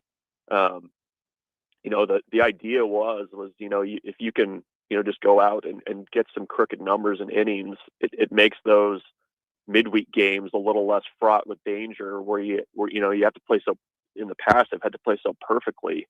And if you can go out and swing it on the midweeks, that really kind of makes things a lot easier for you. All right, Bruns, call your Nebraska ball seed line right now. Call it in the air. I think they end up at 3. That's where they were located in the bracket release. I kind of feel like they hold serve too. I feel like 3 is a good spot. I don't know if they're going to be able to. Trying to think of what would have to happen for them to be a 4 based on everything else that's around them, because as you sort of said earlier in the show, they feel like they're a tier above the teams that are currently in the 4 line. Yeah, would you say that, Bruns? That's fair. I mean, even just kind of looking at what's left on the schedule for some of the, 3 the teams that are kind of grouped around them. I mean, Michigan State actually has a really tough road in. They've got a couple of games on the road against good teams. Kansas has to still go to Arizona. They've got one other pretty tough one too. I think Houston. They have Houston again, yeah. Tonight, schedule. Right? It's another big Monday game. Yeah, I think Bill Self's like 207-0 on Big Monday. I think, isn't that? That sounds right. Not a true. Okay. And then, yeah, I mean, I think they'll be all right. I mean, even if Nebraska goes out to California and they split out there, I still think that'll be all right. So I'll stick with my 3-line prediction. We'll lock you in. Michael Bruns from Husker 24/7. Schaefer, do you have one more? I did, but if we need to get going, you're fine. We've all got right. time. Bruns, Unless what's your Bruns biggest remaining, like your biggest concern as it relates to Nebraska basketball as they kind of enter the home stretch here? Yeah, I mean, I think it's probably just the offensive consistency. You know, it looked good the other day, and that's a positive sign, especially you know, given what they had been the last few games before that. But I mean, I just don't know that you want to, you know, have this narrative out there that, you know, so much of your offensive ability is dictated by how the game's called. Like, I understand it, and I get that that's the case, but at some point too, you know, that you just got to be able to score and, you know, run your offense. So I think that's probably my biggest concern, is just, you know, you want to see a little bit more of the consistent offense that kind of harkens back to the way they were in January, and maybe not so much, you know, how they were in the middle of February. So that's my biggest concern. I think that and rebounding. I'm always concerned about rebounding. It keeps me up at night. Always concerned about rebounding and always predicting tight ends to have huge games. Michael Bruns from Husker 24/7. All right, Bruns, have a good day. See ya. Yep. See ya. Michael Bruns. He's covering baseball amongst the best of them. I was taking a look at Auburn. I mean, that's a good team who's hit the ball a little bit right now. They were like an Omaha, I don't know about dark horse, but you know, they're a good SEC team. They're number 7 in the rankings. Have you seen the start that UCLA has had with Rock? I saw it. He's already had like 4 home runs. Yeah. He hit a grand slam the other day. Yeah. Things are going well. You know that I'm a fantasy baseball dork. The accounts that I follow that are just like prime for the prospect type stuff are just loving everything that guy does. I wonder how what kind of environment Auburn will get for I mean, they're not known for having a super rowdy environment. I mean, when we were driving through that area of the country a couple of years ago, we kind of just take a quick stroll through their campus. It's basically in like the shadow of their football stadium, Jordan Hare. And then their basketball stadium is basketball arena is right across the street too. But it's kind of like a weird, like sort of rinky dink almost park. You know, I think they maybe made some improvements since then. They've been to the College World Series over the last couple of years. So. It's interesting because you don't have the same, like, you kind of have a feeling of what a LSU baseball or Arkansas or Tennessee or even Mississippi State, to a lesser degree, Ole Miss, Alabama. Auburn just kind of exists, and they've had good teams, but it doesn't feel like there's anything, like there's not like a player, there's not like a thing that you attribute to them. Alabama and Auburn. I mean, Florida, Florida has a feel. All the ones that you mentioned outside of Alabama and Auburn just sort of kind of seem nondescript, and yet Alabama has probably the second best player in the country on their team right now. And you know, Auburn's been really consistent for quite some time. So that'll be a fun and interesting challenge this weekend for Nebraska baseball. We will take a quick timeout, be back, round out the show coming up on 1620 The Zone.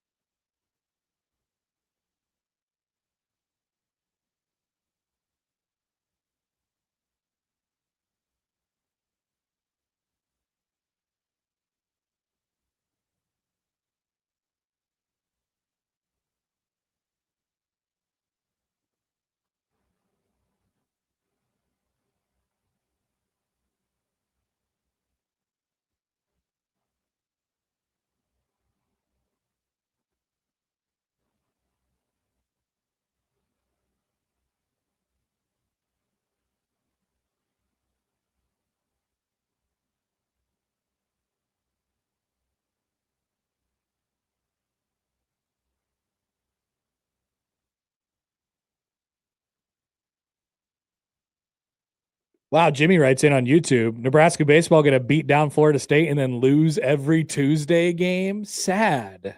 Are they? I don't know. I hope not. Does that mean they lose to the Mavs They in would their lose to season the Mavs. It opener or their home opener? It wouldn't. It would be out of characteristic for them to beat the Mavs at this point in time. So, I mean, like their midweeks over the last couple of years have been absolutely like stunningly bad. I got a fun schedule quirk. Speaking of Tuesdays, Someone say schedules. So did you know that the final Creighton Nebraska game this year is on the final Tuesday of the regular season? Oh, I didn't know that. It's way late. It's after conference, so it's the last game that they will play. No, it's on the final Tuesday of the regular season, meaning there's a conference weekend that weekend. So right, I mean after conference play finishes up for both teams, they'll still have a non-conference game. No, it is the final Tuesday of the regular season. There is a conference weekend to follow. Okay, there is a conference weekend to follow. Okay, all right, like on the same week. Correct. Creighton will go to Minnesota. I think. I'm sorry. Nebraska will go to Minnesota. Creighton will play Xavier that weekend. But that's also the weekend that the conferences move up a day, because to get out of the way for the conference tournament and have an extra day and all that stuff. Meaning that Creighton and Nebraska will play each other on Tuesday the 12th, and then both teams will have road series starting Thursday. Oh boy! Theoretically important road series that start Thursday.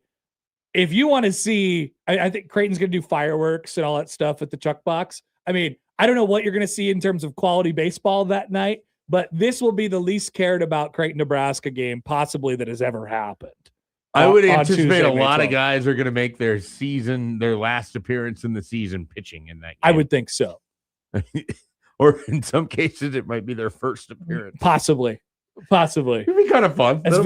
Creighton in Omaha played on that day this year. They've done it in the last few seasons. Leading into the conference, I think it was maybe leading into the conference tournament or leading into the final weekend of the regular season. And it was like, why are we here? Usually, I have no idea why. I have no idea why we're here.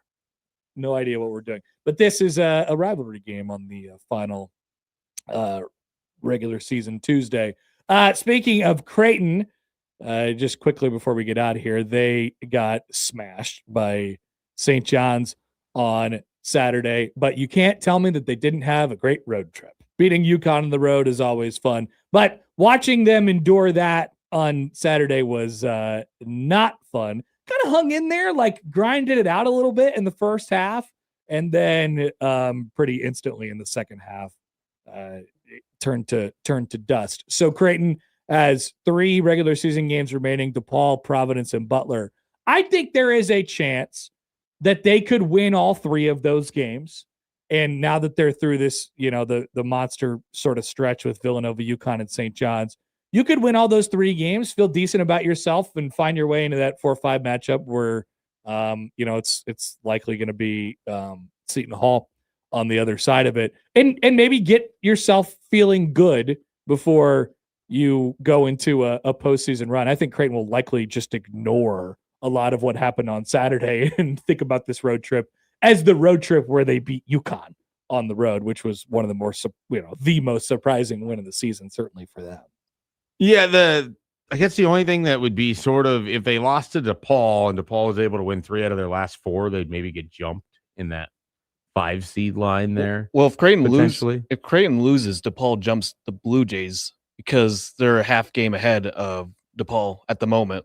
Right. That's what Schaefer was saying. Okay. And then they're technically 1.5 ahead because DePaul's 6-10 in conference and Creighton's 8-9.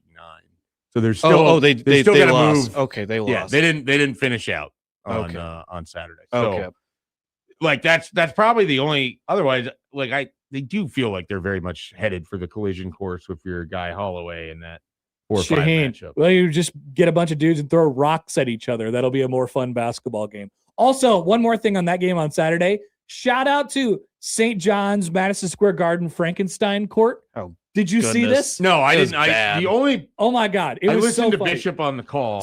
So it's the Knicks court, but it was like a Knicks alternate court where the middle, like the lane was parquet, which was like the lane and like kind of inside the 3-point line looked like was supposed to be a parquet floor. Very weird. Then they have a whole bunch of sponsors everywhere, and they have Knicks colors inside of the paint. So it's like it's orange and navy blue. And okay, whatever. It's the Knicks court. Then they tape a giant St. John's logo over the middle, which is red. And then there's like a variety of different sponsors, which are all different colors all around the court. And Chase Bank. And then they had the Jeep one on there because it was Big Fox Saturday. It was a mess. It was a disaster of a court. This is you know what how Madison Square Garden can fix this? Talk to Brent Yormark and buy themselves the LED court. an LED court. Yeah. This is what happens when you play on the same night or same day as the New York Knicks. It was very, very funny. Very funny court. Now, when they move in for the Big East tournament in a couple of weeks, it will look normal. But that was very funny. This would never have happened to Brent Yormark. It was never happened to Brent. Brent Yormark would never allow a court that ugly. Would not stand for it. All right, quickly make the 30-second elevator pitch that St. John's is the best team in the Big East. They currently have the best record in the conference. They have the one win over UConn. They've been playing the best basketball in that conference with 13 straight wins. They've got the head-to-head matchup again here this week. So they play what, Tuesday? Is that Tuesday or Wednesday? Yeah, they'll play each other on Wednesday. Yeah. So I mean, St. if they win against UConn again, it's a no doubter. Right now, they're just trending better than UConn. Now, UConn had a nice bounce back win against Villanova on Saturday. Yeah. But I think there is a world where St. John's wins the conference outright, and you sort of have to debate, whether UConn could really be considered better than them in a tournament. I heard the conversation, and I think it was on the halftime show on Saturday. And I don't disagree with the fact that it is a conversation. St. John's is obviously very, very, very hot right now, and they're playing some good basketball. I still have some concerns about them I think the fact that they are a much worse matchup for Creighton than UConn is significant. Obviously UConn falls asleep at the wheel at times, which is concerning, but you kind of believe in their championship pedigree, like their ability to sort of flip it on a little bit, even though they're not nearly as good as those teams that won championships. So I think I'd still give it to UConn as of right now, with St. John's sort of inconsistencies, even though they've won 13 games in a row at this point, which, that's pretty damn consistent if you ask me, but it's close. It's close. I just think that St. John's at start of the year, that was sort of up and down. They've righted that ship, and they're playing a lot better basketball right now. From the Nebraska prism in which I view everything, if I ask myself which of those teams I'd rather Nebraska play, it would be UConn.